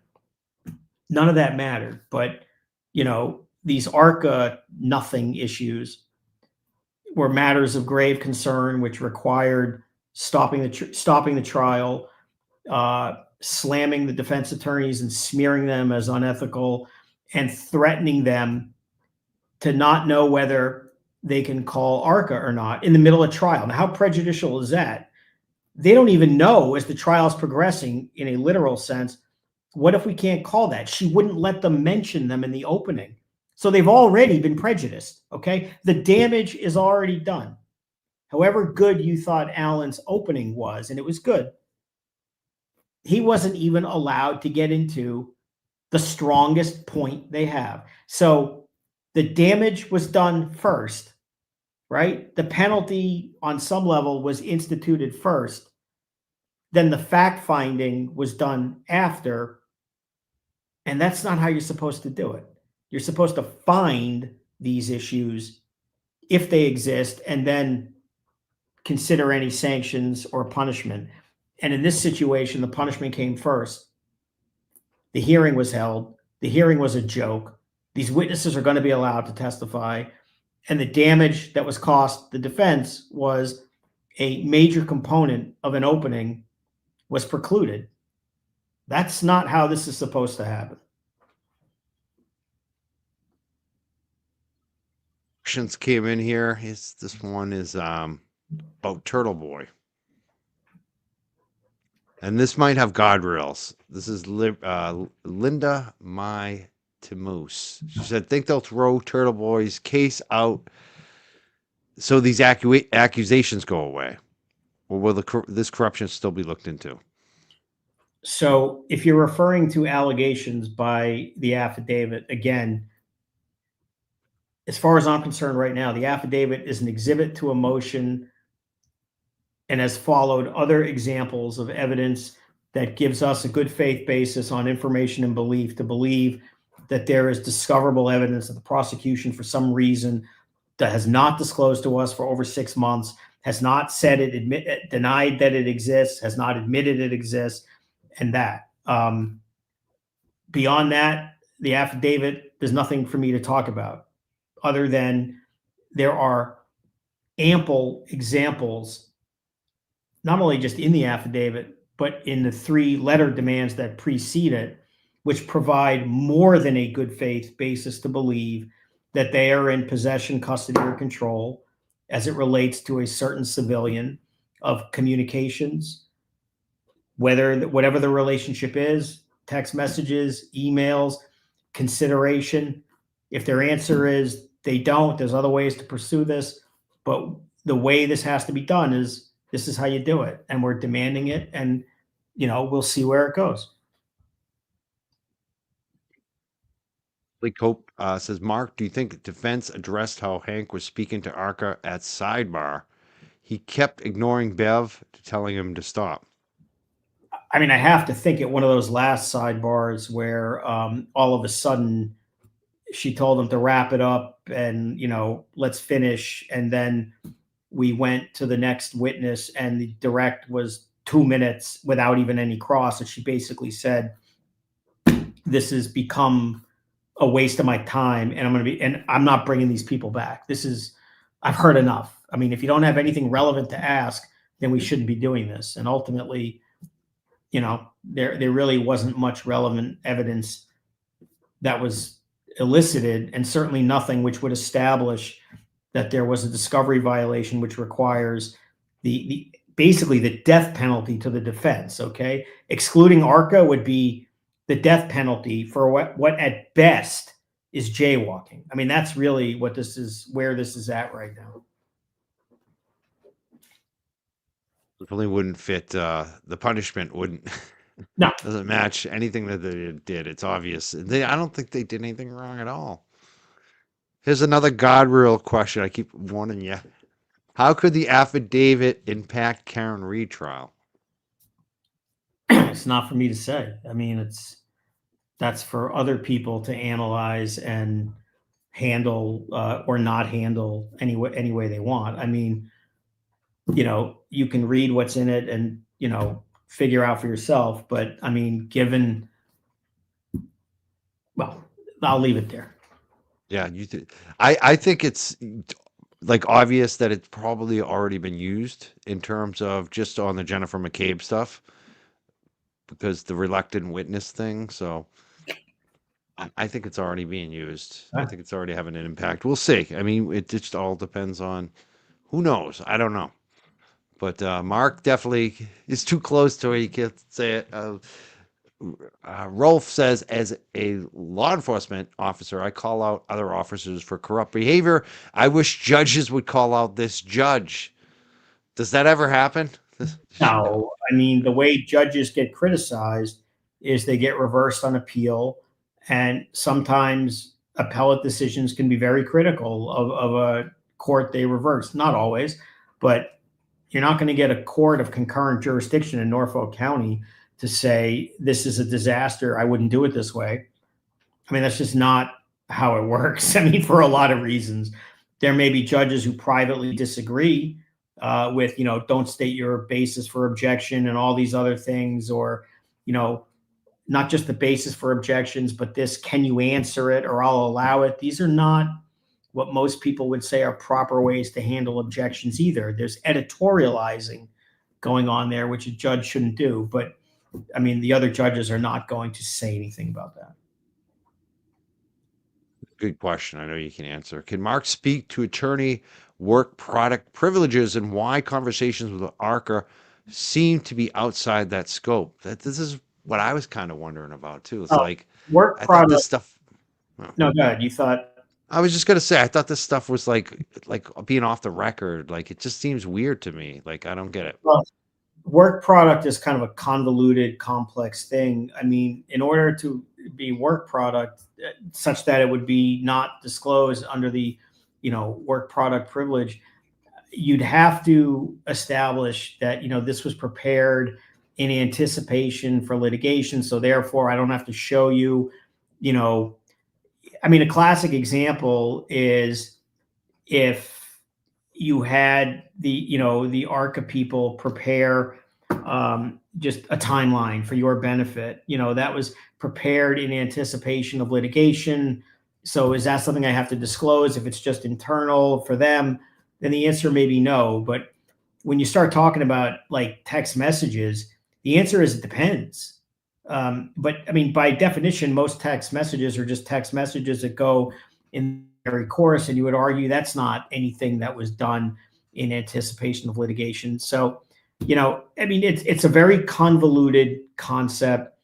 It's not really their argument here. I mean, if the stuff there are still discovery rules and statements of witnesses have to be turned over. So, if they prepare an outline of a Q&A on how to answer questions, then the argument would be that that's not privilege. That's like a statement of a witness, right? Because there's a question and an answer, which is a statement of a witness. So that has to be turned over. So it can get very convoluted, but with the stuff that we're talking about here, they're not claiming work product. They're just saying whatever we had to turn over, we turned over. What do you want from us? We don't have anything else. That's why he's laughing. He's like, "What do you want from us? Like, just come on." Yeah. I don't know if we know the answer to this one. Did Commonwealth get a new lawyer? There was a third man at Commonwealth table today. Do you notice that? I didn't notice it. I didn't notice it today, but I think one of the guys who's been hanging around is the appeals lawyer they have. Some counties carry an appeals attorney at trial. In New York, in Brooklyn, it's always a thing. Every time you try a case of any serious magnitude in Brooklyn, they always have, the law guy, as we call it, sitting at the table to tell, the trial lawyers who presumably know nothing about actual law, what the law is, and then they elicit it. It wouldn't shock me that they would have a law guy sitting with them in a case like this. The more interesting question is, where the hell is McLaughlin? Good question. She went off? I have no knowledge or opinion. I don't know if she's ill or if she's on vacation or whatever, but I mean, she was there for jury selection and she hasn't been there since. So I don't know what that means, but it's something you notice. Maybe she doesn't like Hank Brennan. Don't know. I mean, I'm not going to speculate. I don't know. I don't know either. I have no knowledge on that. None. Total speculation.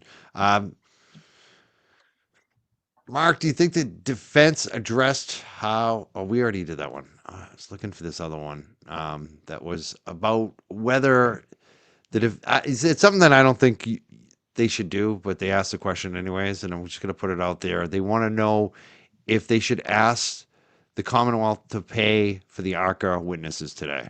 Here it is. No, we've been down that road before. Yeah, that's right. It's just a waste of time. I get the equity of it. I mean, they wasted money and time. That's not how it's going to work. And at this point, they've got other fish to fry than, complaining about money. I mean, unfortunately, that ship has sailed now. I don't think so. It sucks, but the judge has already turned it down when it was even more flagrant when, Who's got time to file a motion for that? I mean, yeah. Especially during a trial, right? I mean, you're trying to get ready for Jennifer McCabe and Ian Whiffen, and what's it like? I mean, I can't imagine when you're doing a murder trial, when you're defending a murder trial, the night before. How late do you stay up till 2, 3 in the morning? Is it like college exam time, or is it go to bed early? What do you usually do? Well, people do it different ways. Some people stay up all night. I don't. My thought process is start preparing as early as you can and methodically, not last minute, and try to work through it under the guise. To me, a couple of hours of really good sleep is more important than late night hours of looking over something again and again. I mean, different people do it different ways, but I wouldn't want to be staying up till 3 in the morning to get up at 6 To me, those hours of sleep are more valuable, but that you need to be prepared well in advance.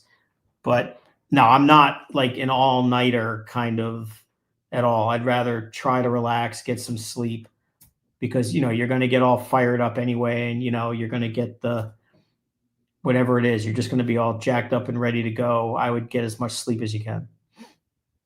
It's very stressful. Definitely. Can't imagine someone's life in your hands, Yeah. I mean, I get stressed out about these little shows. It's like nobody really, except the listeners, the viewers get mad, but it's not like it's not going to put someone in jail for 20 years or their life or whatever. I tried it. Will Guarino be crossed? What's going on with that? That was Yeah, kind of you strange one will, day. but they're doing it in, again, part of the oddity of the way they're doing this is they're calling him for one set of records at a time, and he'll be back for the next phone and the next, and that's how they're doing it. I guess that's one way to do it. I don't know how effective it is, but the defense has decided rather than cross him piecemeal, I want to do it all at once, which I agree with.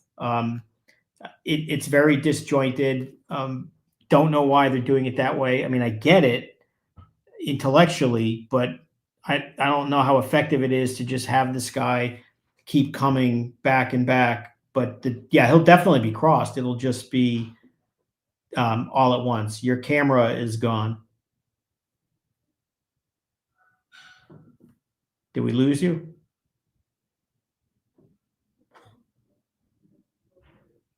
Did we lose you? Oh, I'm back. I'm sorry. I had a dog outburst. It's one thing when I have one dog in here, but when two dogs start barking, it's like I had to let them up. yeah. Mama came home. He'll be crossed. Of course, he'll be crossed. Yeah, he'll be crossed. There's a lot to cross. I mean, it's coming. The Birchmore stuff, it's coming. And I mean, there's little things. Now, again, one of the issues by not crossing them right away is the jury may forget little things, or they may not be paying attention to little things that will become very big later, such as you may have noticed when Guarino testified, he went out of his way, if I recall, more than once to make it clear I did not extract McCabe's phone. I looked at the report. In other words, don't blame me for not finding the Google search and the deletions. That ain't me. And what he didn't say was who did. And I'm sure that will be, like, for example, a point they're going to bring back later and remind the jury about that. Question: will Jen be asked about calling Kerry to wish her well? Serious question. What do you think about the cross on Jen? And what are they going to ask her? Because there's so much they could ask her.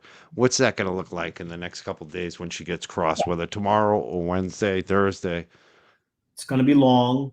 I think it's even going to be longer than the last time, because I think there's a lot of things that weren't drilled down on last time for any number of reasons. I think there's going to be much more attention paid to the degree of inconsistent statements, but in a way where it shows the story start very benign and slowly get more malignant as more pressure is on them. And then by the time the public became aware of the Google search and all the other stuff, how does it end up? We go from no mention of taillights and hitting him to did I hit him? And then you get, after it becomes public, it goes all the way over. I hit him, I hit him, I hit him. So I think you'll see more of that. And I absolutely would question her about calling Kerry Roberts and wishing her luck. It shows a connection. It shows the bias. It shows the synchronicity in motive and story and interest in the case. It arguably shows that she didn't sequester herself. Now, I mean, how did she know Kerry was testifying? I don't know. I think I would question about that, because look, if Kerry Roberts established anything credibly in her testimony, it's that, her and Jen McCabe went from, I don't know you, to bonding and becoming besties overnight to the point where they were writing out timelines within 24 hours. And Jen McCabe was calling Kerry Roberts every time she was getting interviewed, having her come to her house to be interviewed, and all these other things. So, yeah, I think that's absolutely the kind of thing that you would tie together for sure.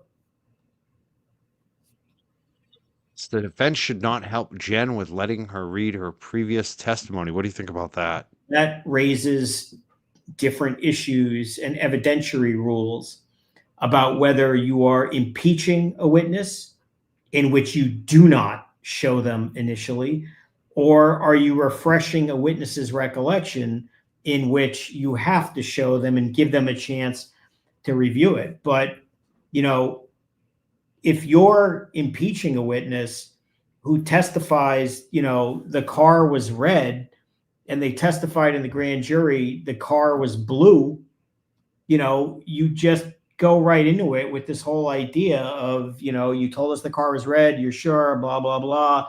And you draw their attention, you know, do you remember testifying in a grand jury and da, da, da, da, da. And there were all these people and you took the same oath as here and you told the truth and da, da, da.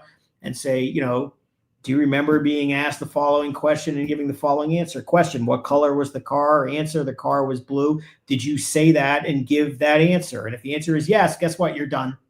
You've established a point, right? If witnesses can't remember and da, da, da, da, da, in a perfect world, you don't want to refresh the recollection of a witness that you're crossing. You want to impeach. But there are times, and that, you know, you have to do it that way. And when they say, I don't remember, and, you know, she's want to do that, then you may have to play the game and shove it in their face and do it the hard way. So it's not a matter of whether, you know, I don't want to show them a transcript. There are times where you may have no choice, but if you don't need to, then you shouldn't. Question that came up from the testimony of Kerry. Question from PCM says, has the defense known about Denise Galvin, that's Jen's sister, have they known about Denise helping with the timeline, or do they just find out with Kerry's testimony the other day? I don't know. I don't know. I don't know. I'd never heard that before, which is interesting. But the point that's more interesting in my view is, where the hell is the timeline? Okay. That's right. Can we get that timeline? Get a copy of it. Where is it?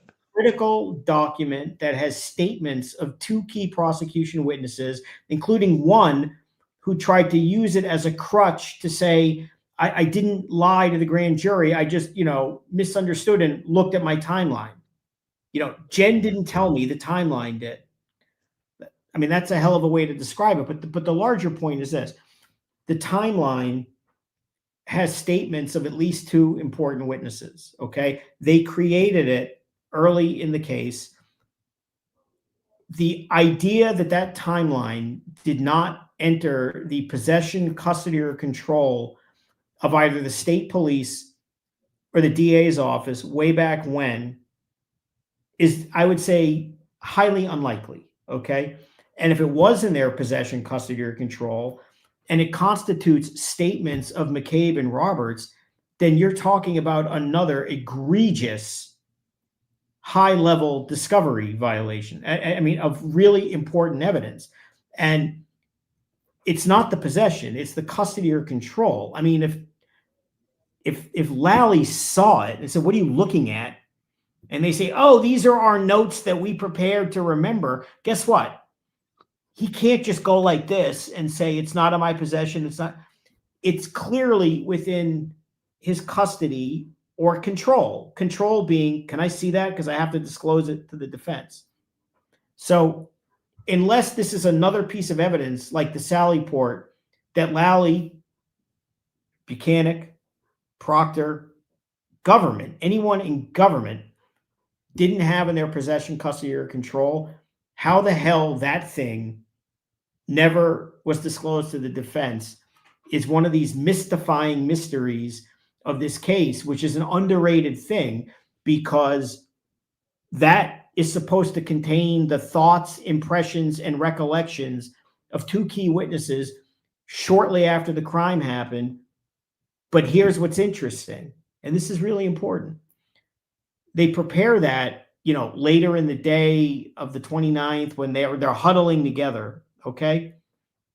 But in Roberts' first statement to the cops on January 29th, before this story has been documented, there's no question that Kerry Roberts cares greatly for John O'Keefe, obviously. There's no question that she wants whatever happened to him to be known and find out. And the best example of what she knew about the death of her friend would have been January 29th, when the cops came to her house.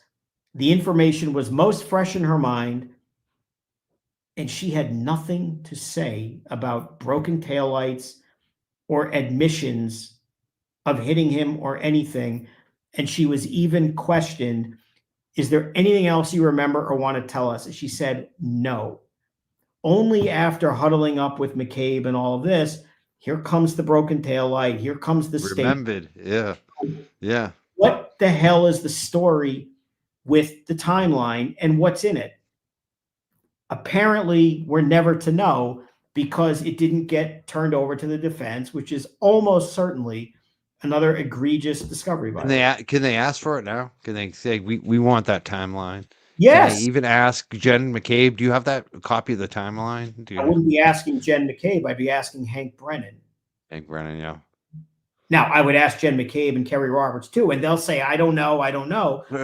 But do you still have a copy of it? Do you still have a copy of that timeline, Jen? I'm sure they made a demand previously, but now the timeline has entered the proceedings. I mean, it has been used as a crutch for a key witness to push back against the suggestion that I intentionally lied to the grand jury.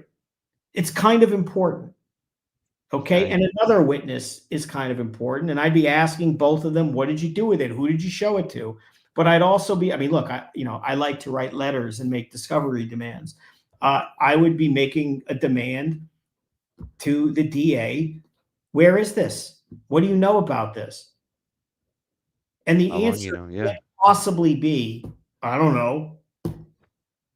That's probably what they'll tell you, but who believes that, really? This question came up a lot as soon as we mentioned Denise tonight. Are they going to add her? What do you think? Should they add her to the defense list? Is that easy to do at this point? I don't know. It's Jennifer McCabe's sister. Do you really want to just throw her up there cold and tussle with her over fighting over who did what? The reality is you got a gift from Kerry Roberts. She threw it out there. They'll ask Jen McCabe about it. It'll go wherever it goes. But are you really calling her as a witness to say what? That I took the notes? Now, if they say, well, Denise she's the scrivener, so she's also the custodian of records and maintain this, well, then they might ask that. But I don't think the defense is going to literally go down every single rabbit hole they could. That's one that's probably lesser important, but the timeline is important. Be interesting. You know who else I'm looking forward to besides Jennifer McCabe is Matt McCabe. He was really something last time. We played his testimony.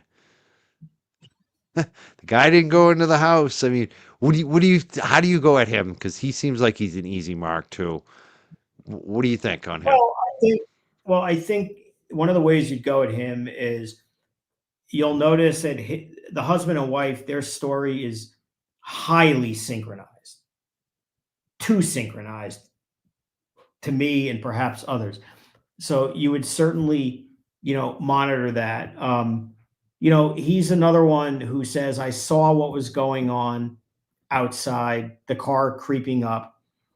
And he's also one of those few witnesses who, in addition to seeing the car creep up, didn't hear anything that happened, but also saw something else, the famous Higgins Jeep and plow. And there's going to be three witnesses who are presumably more neutral, if you will, and arguably more credible the three amigos in the car, the Nagel, Maxon, and the other one, D'Antonio, I think is his name. The one, Julie Nagel's brother, the one who pulled her up, Ricky D'Antonio. You got it right. could not be any clearer that they're absolutely, positively, unequivocally, no chance, no Jeep. And you've got the husband and wife who are saying the exact opposite of that. Now, I don't know what the hell that means, but something is off with that. But I think for him, the larger issue are the texts. I mean, you have to keep this in context. It has nothing to do with third-party culprit or anything like that. The story that the prosecution is presenting is that there was a car accident that was unfortunately ended up on the Albert lawn, and the people inside don't know anything. Fine. In fact, they are all very upset because that was a close friend of theirs. Fine. That's all fine. You can believe that.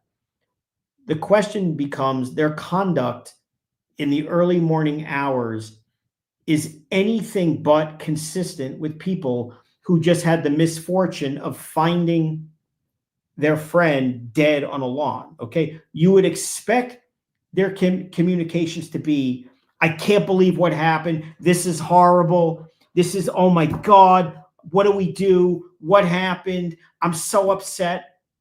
No. Instead, you have butt dials at a time that they deny butt dialing. You may have a Google search. That's to be determined. You have all that going on. And then you have the text chain, the family text chain, which makes no freaking sense for people who have no involvement in anything other than having the misfortune of their close friend ending dead on the lawn. So when they start talking about, there are things I can't say, I don't want to text. What the hell are you talking about? You can't text that I'm so upset that my friend is dead. Is that a secret? They're looking at the Asian house. You know, they're digging, but it's at the Asian house. They haven't found anything. What the hell does that mean? Tell them the guy never went in the house. The guy? That's your close friend. Why are you trying to sell the story to make sure they don't go in the house? Make sure Chris at D&E tells them this. This is weird. Okay. The whole thing where they're live texting Kerry Roberts' interview from McCabe's house, right? She's telling them everything in caps with exclamation points. What the hell does that mean? This is not normal behavior by people who are grieving their friend. These are people that are trying to say one step ahead of the intelligence being gathered by the cops. Okay, that is suspicious. That is not normal. That is consistent with covering up something. So, and he is a key part of that because he's the one who's like, I'll go do a drive-by and take a picture and see what's going on. Surveillance. That is what people call really fucking weird. Pardon my French. Yeah, he's like Magnum. What do you call it? McCabe PI. He's like, you know, I don't know. It doesn't mean anybody killed anyone, but the story that they're, and this is what the defense has to say, the story that they're selling the jury is that this is nothing more than wrong place, wrong time, and this is a terrible, terrible, terrible thing. But all of their communications and behavior is focused on what do they know? What do they know? Let's not talk. Let's keep it quiet. Let's talk in person. Let's find out what's going on. Okay. And another thing I would do if I were them, when you look at Jennifer McCabe's search history, she Googled herself right after this happened. And I believe she Googled herself in a same search term. And if I'm wrong, I'm wrong. This is my memory. With John O'Keefe. She wanted to know, are they going to link me to this? Again, not that it means she killed anyone, but am I involved in this? Like in the public? I don't want the public to know. That is really weird.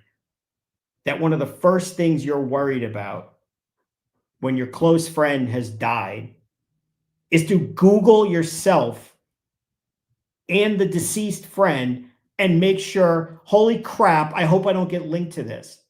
That, Mr. Brennan, is what you call consciousness of guilt. I know that's been a big term in the case.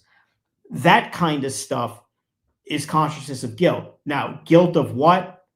I don't know, but it's freaking weird and not consistent with what you would expect to be the reaction of people who are just upset about what happened. Okay. And it's this, and you've already seen it with Roberts. Her story changed radically. The more she hung out with these people, the story changed. When it was time for her to talk to the cops, McCabe is calling her. When it's time for her to talk to the cops again, we're going to do it at McCabe's house. When Jen McCabe has to go to Lank's house, Carrie's going to bring her and the kids. This is all bizarre. It sounds like they're trying to get ahead of it. When there are conversations about, I can't text about it, we'll talk later, and the only issue you care about is what happened to my friend, why is that a private issue? Did they go to Signal? I know that's another big thing. Why can't they talk about? What are they afraid of a text message to say, what happened to our friend? Does anybody know? That's not the kind of thing that you conceal and speak in code. That's what they need to do with these witnesses. Do it this week, hopefully. Yeah. There's another question that comes up. A Help Mess says, were experts sequestered last trial? I don't remember. I don't think so. I don't know. I tell you the truth, I don't know. But again, experts are different. I mean, you want experts to have as much information as possible to give you an expert opinion. The whole point is an expert possesses knowledge that is, beyond the ken of a regular person, which is just legal mumbo jumbo for, we don't expect lay persons to fully know. Like Whiffen, for example, is a perfect example. None of us know how the hell cell phone extractions work and what it means with Google searches. That takes expert testimony. But you would want an expert to have information, right? I mean, if assuming whether you like their opinion or not, if they're going to give an expert opinion, you trust them that more information potentially could be better to the extent is needed. I mean, from the ARCA guys, they're going to tell you the physical science, it doesn't even matter. There's nothing you could say based on you're defying the laws of physics and science. But I have no idea whether they were sequestered. Question about Aiden's case. How long do they have to respond to it? Like, what happens if they continue to ignore? Well, that's why it's in motion form. Okay. I know the people who, we don't like letters and this and that, letter demands. By the way, in New York federal court, that's what you do. Just for anybody cares, this is how it's done. But you try to give them a chance to do it the right way. And when they ignore you, you file motions. Okay. Or if you want, you can just jump right into it, dive into the pool and say, we demand this with a court motion, whatever. That's one way to do it. Most people, in my view, would do it the old-fashioned way, ask for it, give them a chance without getting a court involved. I don't think a court needs to be involved in every single thing you do. That's been one of my criticisms in this case. They're on like motion number 600 and something. That's ridiculous. Like 80% of what they do could be done in phone calls, email, letters, conferences, whatever. So the point is, now it's a motion because they don't respond. So in terms of like, what's the deadline? It's up to the court now. It's in the court's hands. We've thrown it at the court because they won't respond to us. Some people think the proper way to do it is to run to the court first. That's fine. That's one way to do it. We tried it the other way. D. McCarthy says, can Commonwealth open door for defense saying feds hired Archer, or will Bev not allow it regardless? On defense has to step on toes, but Commonwealth can do anything. There's no way to open it, right? Like, even if a witness slips, she's not going to let that in, right? I mean, it depends. If the defense elicits a question that naturally invites, excuse me, if the Commonwealth on cross were to ask a question that the natural response to, like, you asked it, sorry, buddy, and leads to them to answer the question properly by saying the feds, then what most judges, I'm not predicting what would happen here, would say, sorry, that door is kicked wide open and the defense could go to town. So No way. Wow. the key is, how does the prosecution, in cross-examining them, ask the questions? And presumably they will not address at all anything related to how they were hired. Now, of course, the defense will. They're not allowed to ask who hired you, but they will try to get as close to the flame as they can, that it wasn't us, it wasn't anyone associated with her, it wasn't anyone affiliated with her, it wasn't any insurance company, it was a separate, neutral party. And that's about as close as they're going to be able to get, I think. We answered this question earlier, but we'll just answer it again to make sure people know, because people want to know. Jay Cooper wants to know, will you be at Turtle Boy's hearing on Wednesday? Regrettably, no. I had other court appearances here that I tried to change that were not able to be moved around. So unfortunately, no. And, Wednesday is the day to be there too. Unfortunately, there's a lot going on. Would have been a good day to pop into the other one as well. But no, not this week, unfortunately.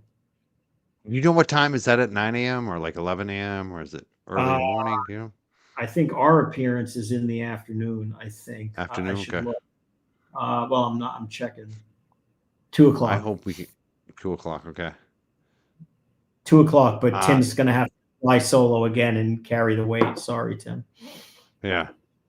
I just hope that we get to air that one too. We get to see it, I'm sure we'll. Sometimes we get to see them on Zoom. Sometimes it's weird. You never know, Yeah, and maybe there's a decision on the motion. I don't know. I have no intel on what's happening at this point. We've got a lot of questions coming in, but we're over 2 hours now. I'm going to ask this one last one because it's kind of a funny one. RC11 says, can Mark send questions to the defense team he thinks they should ask? You don't do that, right? Do you? I don't know. I can do essentially whatever the hell I want, right? Look, lawyers are lawyers. I mean, there's no yes or no answer to that kind of thing. I mean, you'd be surprised how many unsolicited letters and communications lawyers get that are from lawyers or not lawyers. I mean, there's no real rhyme or reason or right way or wrong way to, but generally, it's generally the kind of thing where if people are handling something, they handle it, right? You don't just throw yourself at them and say, here's what you should do. If they ask you, they ask you. But most lawyers would not want lawyers offering, armchair analysis of just, why don't you do this? Or I think you should do this. I mean, it's just probably not the kind of thing that goes well. But, lawyers also talk to other lawyers and ask, all the time. I call lawyers in New York all the time. You ever dealt with this? What do you think? That's, so you're always it has nothing to do with this case. Lawyers are always talking to lawyers about experience. Do you know these people? Have you ever done this? How did you handle that? Yeah. It's always good to have more intelligence than less. See, this is funny. This is where Ashley wants to know if you can ask the defense when they try to wiggle out a lie, not remember to ask, do you deny it?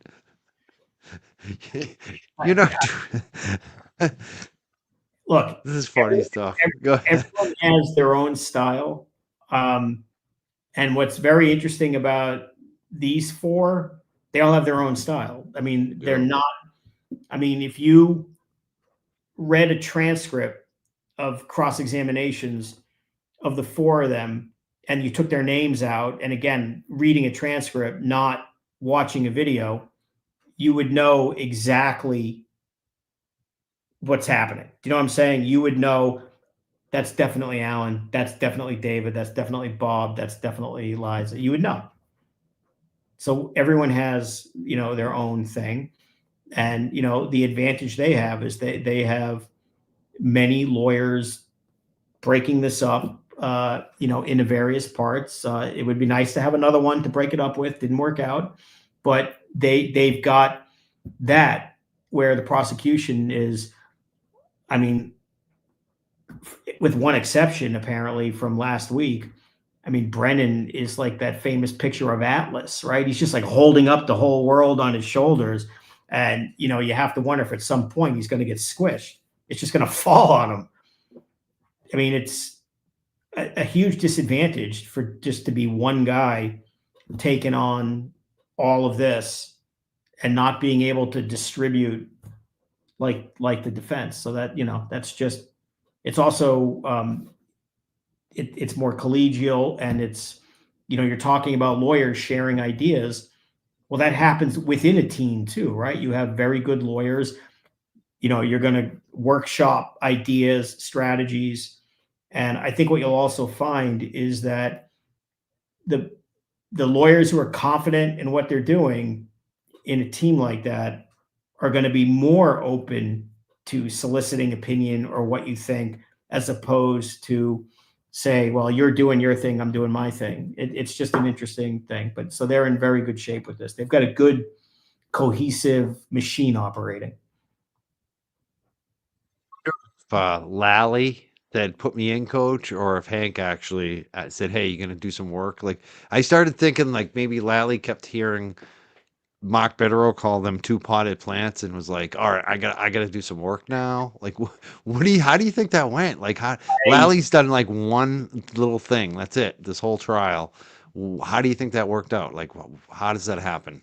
I have no clue how anything they're doing works, other than their body language in jury selection was pathetic to the point where the image that the jury was being sent is that you have a 3-man woman prosecution team, and two of them just don't want to be here. One of them just looked very uncomfortable, but at least she acknowledged when, well, actually, when the other guy introduced her. And then the third guy, when he was introduced, did not even physically acknowledge him or verbally acknowledge him, and then just kind of skulked back to his chair to look at the table, the back of the bench. And what I can tell you is, the angle of the camera that you often see, it's behind, and if you've been in that courtroom, it's kind of like behind the jury, essentially. So you're getting their view. I mean, when you see the O'Keefes over there, that's the view of the jury. You can see the prosecution table and the witness. So if you can see on TV that one of the prosecutors is sitting there like twirling a pencil and just staring at the back of the bench, well, the jury can see that too. And that's just a horrible message to send to the jury, which is, I don't want to be here. So, but in terms of whether he was assigned to do that witness then or before, I have no idea. But it's just terrible body language. They don't look like a team. They look like, one guy barking out orders to the point where I have to introduce them. That's really demeaning. Okay. I mean, if it's somebody's first time in court, I get it. You announce who it is, but you've got 3 experienced lawyers, and, for all intents and purposes, the case of the century, including the 2 people that already tried this case once, and they're not even allowed to introduce themselves in front of the jury. You're just emasculating him right there from the jump.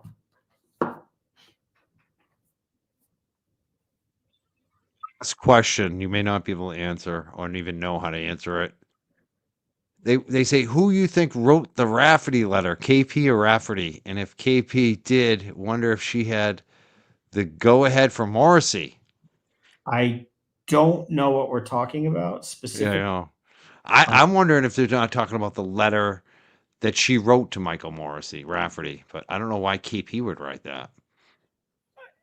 Yeah, I mean, I think the police chief wrote that letter. There's no reason. There's no reason for me to think Exactly. that she did not write that letter. I mean, KP's not behind everything. look, there's a lot of weird things that surround this case. A lot of hangers on. Definitely. On one or both sides, even you could say. I don't think literally that the police chief outsourced that to any hanger on or anybody like that. I don't see that. Definitely. You can ask. Right. You can do another. I mean, that's. You want another one? You don't want to end on that one, is what you're saying. Yeah, it's fine. Let's get another Rafferty question. Can Rafferty still face face consequences like losing pension even if retired? I mean, why would she though? Like, I mean, let's be realistic. She's retiring. It's apparently voluntary. There's no reason to think otherwise. She's not getting arrested. She's not getting charged. Whatever you think the Canton police did or didn't do with the video, let's be honest. When this case is over and Karen is probably, almost, in my view, almost certainly acquitted, this stuff just fades into the night, right? I mean, the feds are not coming to round up the Canton police over shenanigans allegedly related to Sally Port video. It's just not going to happen. So she did her service time, whatever her pension is, she'll get it. I mean, she was polite to me when I corresponded with her. I don't know, I have no opinion of what the other stuff is, but she was polite. Let's go to this question. There's a few. What, if anything, can be done for Bev to stop cutting the defense off mid-impeachment of witnesses? They can complain at the bench out of the presence of the jury, and if they think it's worth it, do that. The cost-benefit analysis is that worth it? One of the concerns I would have about the case generally is the judge does tend to editorialize, again, in the objections, or even worse, to say wrap it up to either side. And I'm talking in the presence of the jury. I don't really care when there's no jury. Is signaling to the jury, this is not relevant, I'm bored, and there's nothing useful here. And that is definitely not the place of the judge. So she shouldn't do that. If she feels like she has to, then she should call one of her famous sidebars and call them up and say, listen, how much more of this is there going to be? Because now some judges do it different ways, and it depends on their personality. But, there are some judges who would say, come up, and out of the sight at a sidebar away from the jury and say, how much more do you think you're going to do? And you say, well, I don't know. I got like 30 minutes. And the judge would say, listen, Mark, like you lost them 15 minutes ago. You can do whatever you want, but you really think this is effective? You're having like a collegial discussion at the bench. That most definitely is not happening in this case because they all hate each other, obviously. But, if she has concerns about going on too long, she ought to tell them at the bench and say, I'm done in 5 minutes. I don't want to say this in front of the jury, but wrap it up. Should not be in front of the jury. Shouldn't put, I think it happened with Nuttall in the video, and put, I think, obviously it was Allen at that point, in a position to have to say, I don't know that it is that, he shouldn't have to say that in front of the jury. You shouldn't have an argument where the judge is essentially putting forth her view that I don't think this matters.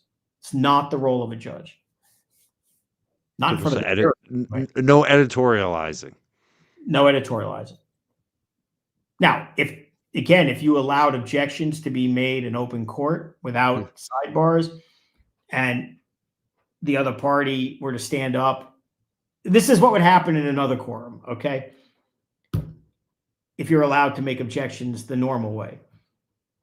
When Brennan objects because, he's asking all these times about the video, he would get up and you'd say, Your Honor, objection, asked and answered. Okay. And the judge would say, sustained. And then you would ask your next question and he'd say, Your Honor, objection, same reasons, whatever. And the judge would say, sustained. And one of two things would happen. The lawyer would get the message, like, I'm done. Or you could say, I just have one or two questions. Or you could go up to the bench and say, listen, give me a couple of questions, whatever. But not, wrap it up, Mr. Jackson. That's not cool. She's something else. I want to thank you for being here tonight. Anything else you want to bring up, or even have us look forward to this week? Well, I mean, obviously, I think Jen McCabe, to me, is easily the most fascinating witness in the whole trial. So that's obviously. I mean, I wish I was there to see that. But you apparently have that next. So I think in terms of whatever's interesting this week, I think you're going to get peak interesting in terms of witnesses this week. And there's always the fascination that this is round 2, right? So they've already sparred and it was kind of testy, clearly. Everybody knows everyone's style and, we're having, round 2 of this. So, and it's going to be, at least on cross, it'll be the same combatants. There's no question, I think. Jackson again. Jackson versus, McCabe. That's, to me, a no-brainer. Yeah. And, it'll be interesting. I mean, who doesn't want to see it? And this time, on top of all the other statements that they had last time, they have what amounts to probably a 500-page transcript of her prior testimony. So that should be fascinating. CTV. I can't wait we're looking forward to watching this week, and I want to thank you so much, Attorney Mark Bederow, for being here. How are the Celtics doing? They're up, right? They're winning. They're up 3-1. Last night they actually won what the kind of playoff game you need to win. It was mucky, ugly. They're getting injured. Game was not. They weren't playing so well, and they sucked it up and finally showed some what I would call championship pedigree. So they're way ahead. They're up 3-1, but they've got some really concerning nagging injuries from key people. So they need to win tomorrow and end it because they're going to play the Knicks in the next round. And I can't fathom what tickets in Madison Square Garden, particularly not Boston and New York, will be, because Knicks fans are desperate, as you know. And the Knicks haven't played the Celtics in the playoffs in other than the first round since 1984. And I actually remember that was a Game 7. This is a real quick story. People can look this up. I think my memory is right on this. So we had season tickets to the Celtics growing up, okay? Like a package, not every game, and we had Game 7, I believe, was Mother's Day in Boston in 1984. And if you recall, where did everybody go on Mother's Day back then? Hilltop, right? And so that was kind of a big, I hope I'm not butchering the story, conflating it with years of other memories, but it was kind of a big, controversy in the family about whether people can go to that game. Boy. I'm pretty sure they went. I think my dad and grandfather did go. You think they went over Mother's Day? They did. I have those bad men. Well, I have one specific memory of when we most definitely did not go, and it was my sister's high school graduation. Was it the clinching game? It may have been in 1986 against the Houston Rockets. And we had tickets, but it was my sister's graduation, and she was getting an award. She was getting awards, including never missing a day of high school in 4 years, which is crazy to me. But obviously you want to go. And so this is at, Bowditch Field in Framingham. It's hot as hell. And this is back in the day when everybody's holding radios, right? It's high school graduation, but it's, there's a championship game on. So Celtics are doing good, but they need to finish it in the next game because they got some bad injuries. So they need to end it. Well, I wish the Celtics luck. I'd rather go to Hilltop. Because it's close. I mean, we can't get the lobster pie. Oh my God. Listen, Oh, what I would do to go back to Hilltop. I, You always want what you can't have anymore, right? and after a while, we started going to the other one in Braintree. They had a second one in Braintree. Well, that's right. They did. Yes. Yeah. So we started going to that one because I had family that lived out that way. This was the one in Saugus back then. But I know where the Braintree one is, but I've never been to it. I was always going to the Saugus one. I will tell you though, if you choose to go to Hilltop over a Game 7 playoff game or an NBA Finals game, not back then, wrong. I probably would have. But I'm just saying today. I know. I got a food addiction. I like food. Hilltop. The lobster pie, man. I can always watch the game at home. We're built. I'm a strange guy. I am different. I'm different. Okay. Now, everyone else in my family would be at Game 7. You're like, why isn't Mike here? I like Hilltop. I miss it. They had like the big cow there, and they had the picture there and all that. Yeah. I loved it. I love that place. All right. Well, I really appreciate you being here, and I got a squeaky dog over here too. Okay. We'll talk to you soon. You have any shows upcoming? Don't think so. Not that I can think off the top. Then we can get you back on here this week, hopefully.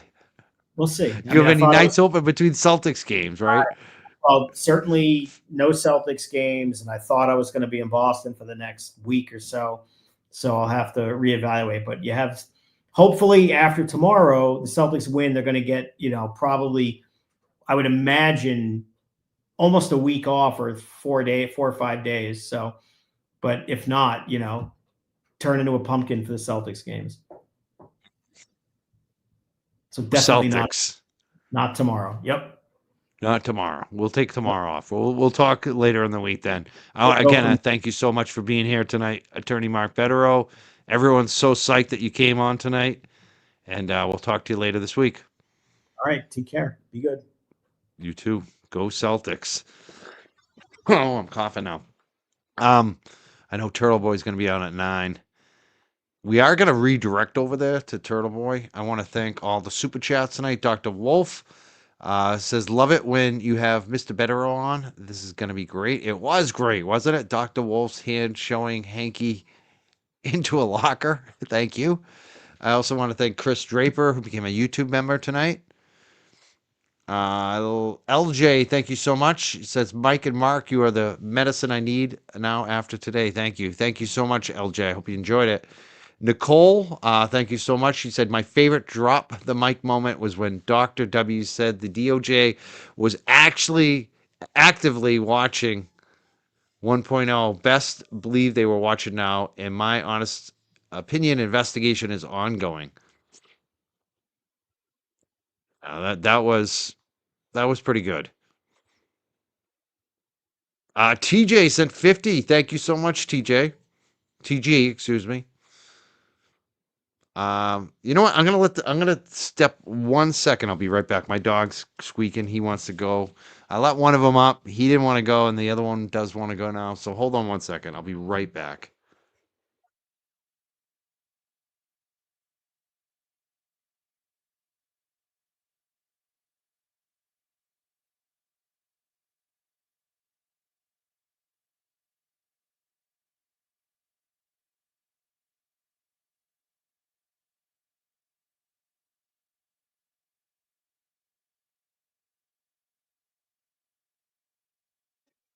All right, I'm back. TG says, much respect to everyone who steps forward, even facing harassment, such as Turtle Boy, Gene from Dorchester, the two of you and Mazza, Sergeant Peter Murphy, and so many others. We are getting very close to everyone stepping up to say, I'm Spartacus. I know, right?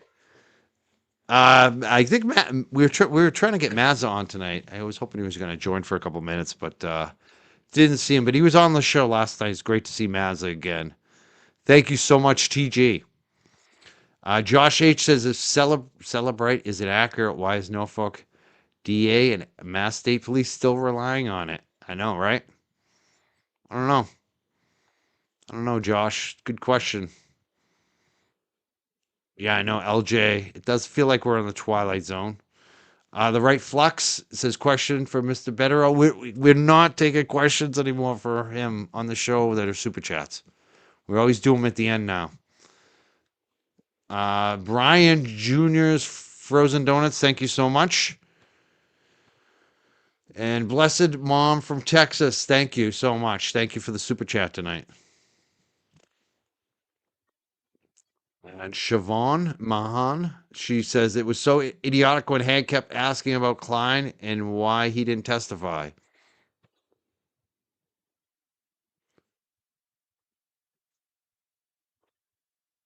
And I want to thank Nicole. Nicole says, in my honest opinion, Brendan just wanted to put on a show. It was so obvious, fake, tough, loud, and annoying, like a chihuahua. All bark, no bite. I know, right? That's exactly what he was. Like a little ankle biter. GOT says the feds are watching. Yeah, they are. We know that. We know they're just sitting at home watching every stream. Thank you. Here comes drama. I want to thank Hubert. Says I think the Alberts tried to pass the rock off as the one John smashed his head on. They probably gave it to the prosecutor so jurors could see. Opinion. I know, right? I mean, that was so weird. Harry says Brendan had a bigger temper tantrum than my kids. I know, right? Jam Wow says just when you needed a rock, here comes the pet rock named Albert. This is Sham Wow. John Varon, Mark, do you delete messages with experts you retain? LPH says, can these Albert neighbors ring cams be forensically examined? Meg OK80 says, thank God for Mike bringing us Attorney Bederow tonight. Mr. Bederow, why did Canoni allow Brennan to be so rude today? Is that allowed? Maybe I should have said in the beginning. I thought you guys got it now. We stopped taking questions, super chat questions with Attorney Bederow on the show. We only do it at the end. We only read them at the end. It just got too crazy. Once we do the super chat questions for him, it gets just too crazy. And then I can't control it. And Bev's Whiteclaw says, Mike, we love you just as much as Bederow. Thank you so much, Bev's Whiteclaw. And Miss Holmes 66, how is it that the judges have no one to answer to? And Cynthia also gifted 5 Young Jerks memberships tonight. Thank you so much, Cynthia. We also have Brenda S. says, viewer tip, get your crosses if you are watching tomorrow. Evil people. Oh my God, right? We got to get our crosses on. Clutch your pearls. Alan says, if it ends up being another hung jury, can Auntie Bev do a third trial? Yes, she could. She absolutely could. No reason not.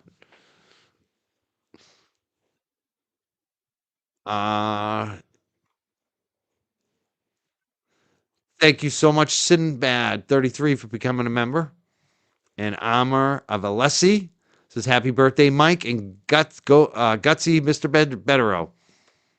Got to see Mr. Bederow. Wait, what? Love that Dr. Wolf said that the DOJ is paying close attention, right? I know. All right, I want to thank everyone for super chatting tonight.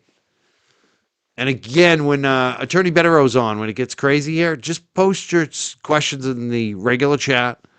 If you want to star them or exclamation point, whatever you want to do. But I'd say the best way, if you really want your question answered, just keep posting it until we see it.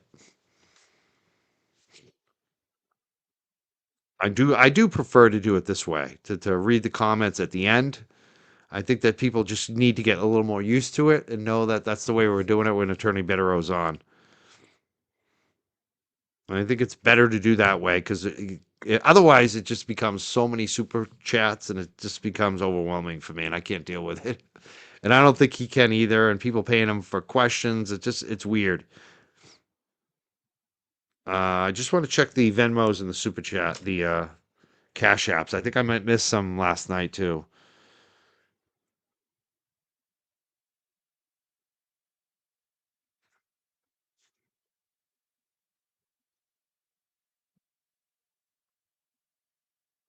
Barbara sent $10 tonight. Thank you so much, Barbara M. on the Venmo. Paula K sent $10. She says, my first time watching Young Jerks was when you had the great Mark Bederow on for the first time. Thank you for the therapy session tonight. Thank you for fighting for my Norfolk County. Oh, thank you, Paula K. I'm glad we can help you in Norfolk County. Deanne only, she sent $25. Thank you so much, Deanne. There's also Lisa J-H, says, thank you for your show. Happy birthday. Oh, thank you so much. Really appreciate that. And I'm not sure if I read this one last night. Elizabeth D said, happy birthday, Uncle Mike. Oh, I did read that one. Thank you, Elizabeth D. I love when you all call me Uncle Mike. That's so funny. All right, let's check this Cash App real quick. And then we'll go watch Turtle Boy. Dominique sent $10. She said, I'm enjoying your show. Thank you so much, Dominique, on the Cash App. All right, I think that's it. I think I got the Rogue Townie last night. I think I thanked him on the Cash App. I think I'm all caught up. I do have a confession, too. I'm still behind on some of the stickers. Remember all the stickers I sent out? I sent out so many of them, and then the last batch I still haven't sent out. I got people's envelopes addressed. I still haven't stuffed them. I just been busy, man. So I'm if you're still waiting for your stickers, they're coming. Z McCarthy says, I love that you answer non-super chat questions. I like it better too. I do. I think if, sometimes it's harder to read them because it's harder to like grab them. I'm always trying to grab them because there's so many of them coming in. It's a great problem to have. Most shows, it's not like, this is funny too. When we first started this, you could read every comment every time because there weren't that many people watching. Let's be serious. And over time, it's just gotten bigger and bigger and bigger. And now when Attorney Bederow comes on, it is a lot. It is a lot. It's great. I love it. But the super chat question thing, it just got too much. And I think it's much better when we can just read the free questions people posting in the chat. And if you get picked, you feel good. You feel like, oh, wow, I got picked. My question got asked. Whereas a super chat thing, it was like people they expected that question to be asked because they paid for it. And sometimes we couldn't ask them because there was so many of them. So it was like, I just didn't like it anyway. So it's better this way. And if you want to give a super chat, you can still do so. It's just at the end. And we read them at the end. And it's really how it's intended. If you want to support me and my show versus getting Bederow to answer a question. All right. I was going to play a little more video, but it's past 9. I want to go watch Turtle Boy. I think everyone else does as well. So I'll see you tomorrow morning. I'm going to be streaming in the morning. Hopefully I'll be able to handle it. I got quite a few dog walks. I'll be back and forth like I always am. But we'll see you tomorrow morning. Thank you so much, everybody. Have a great night.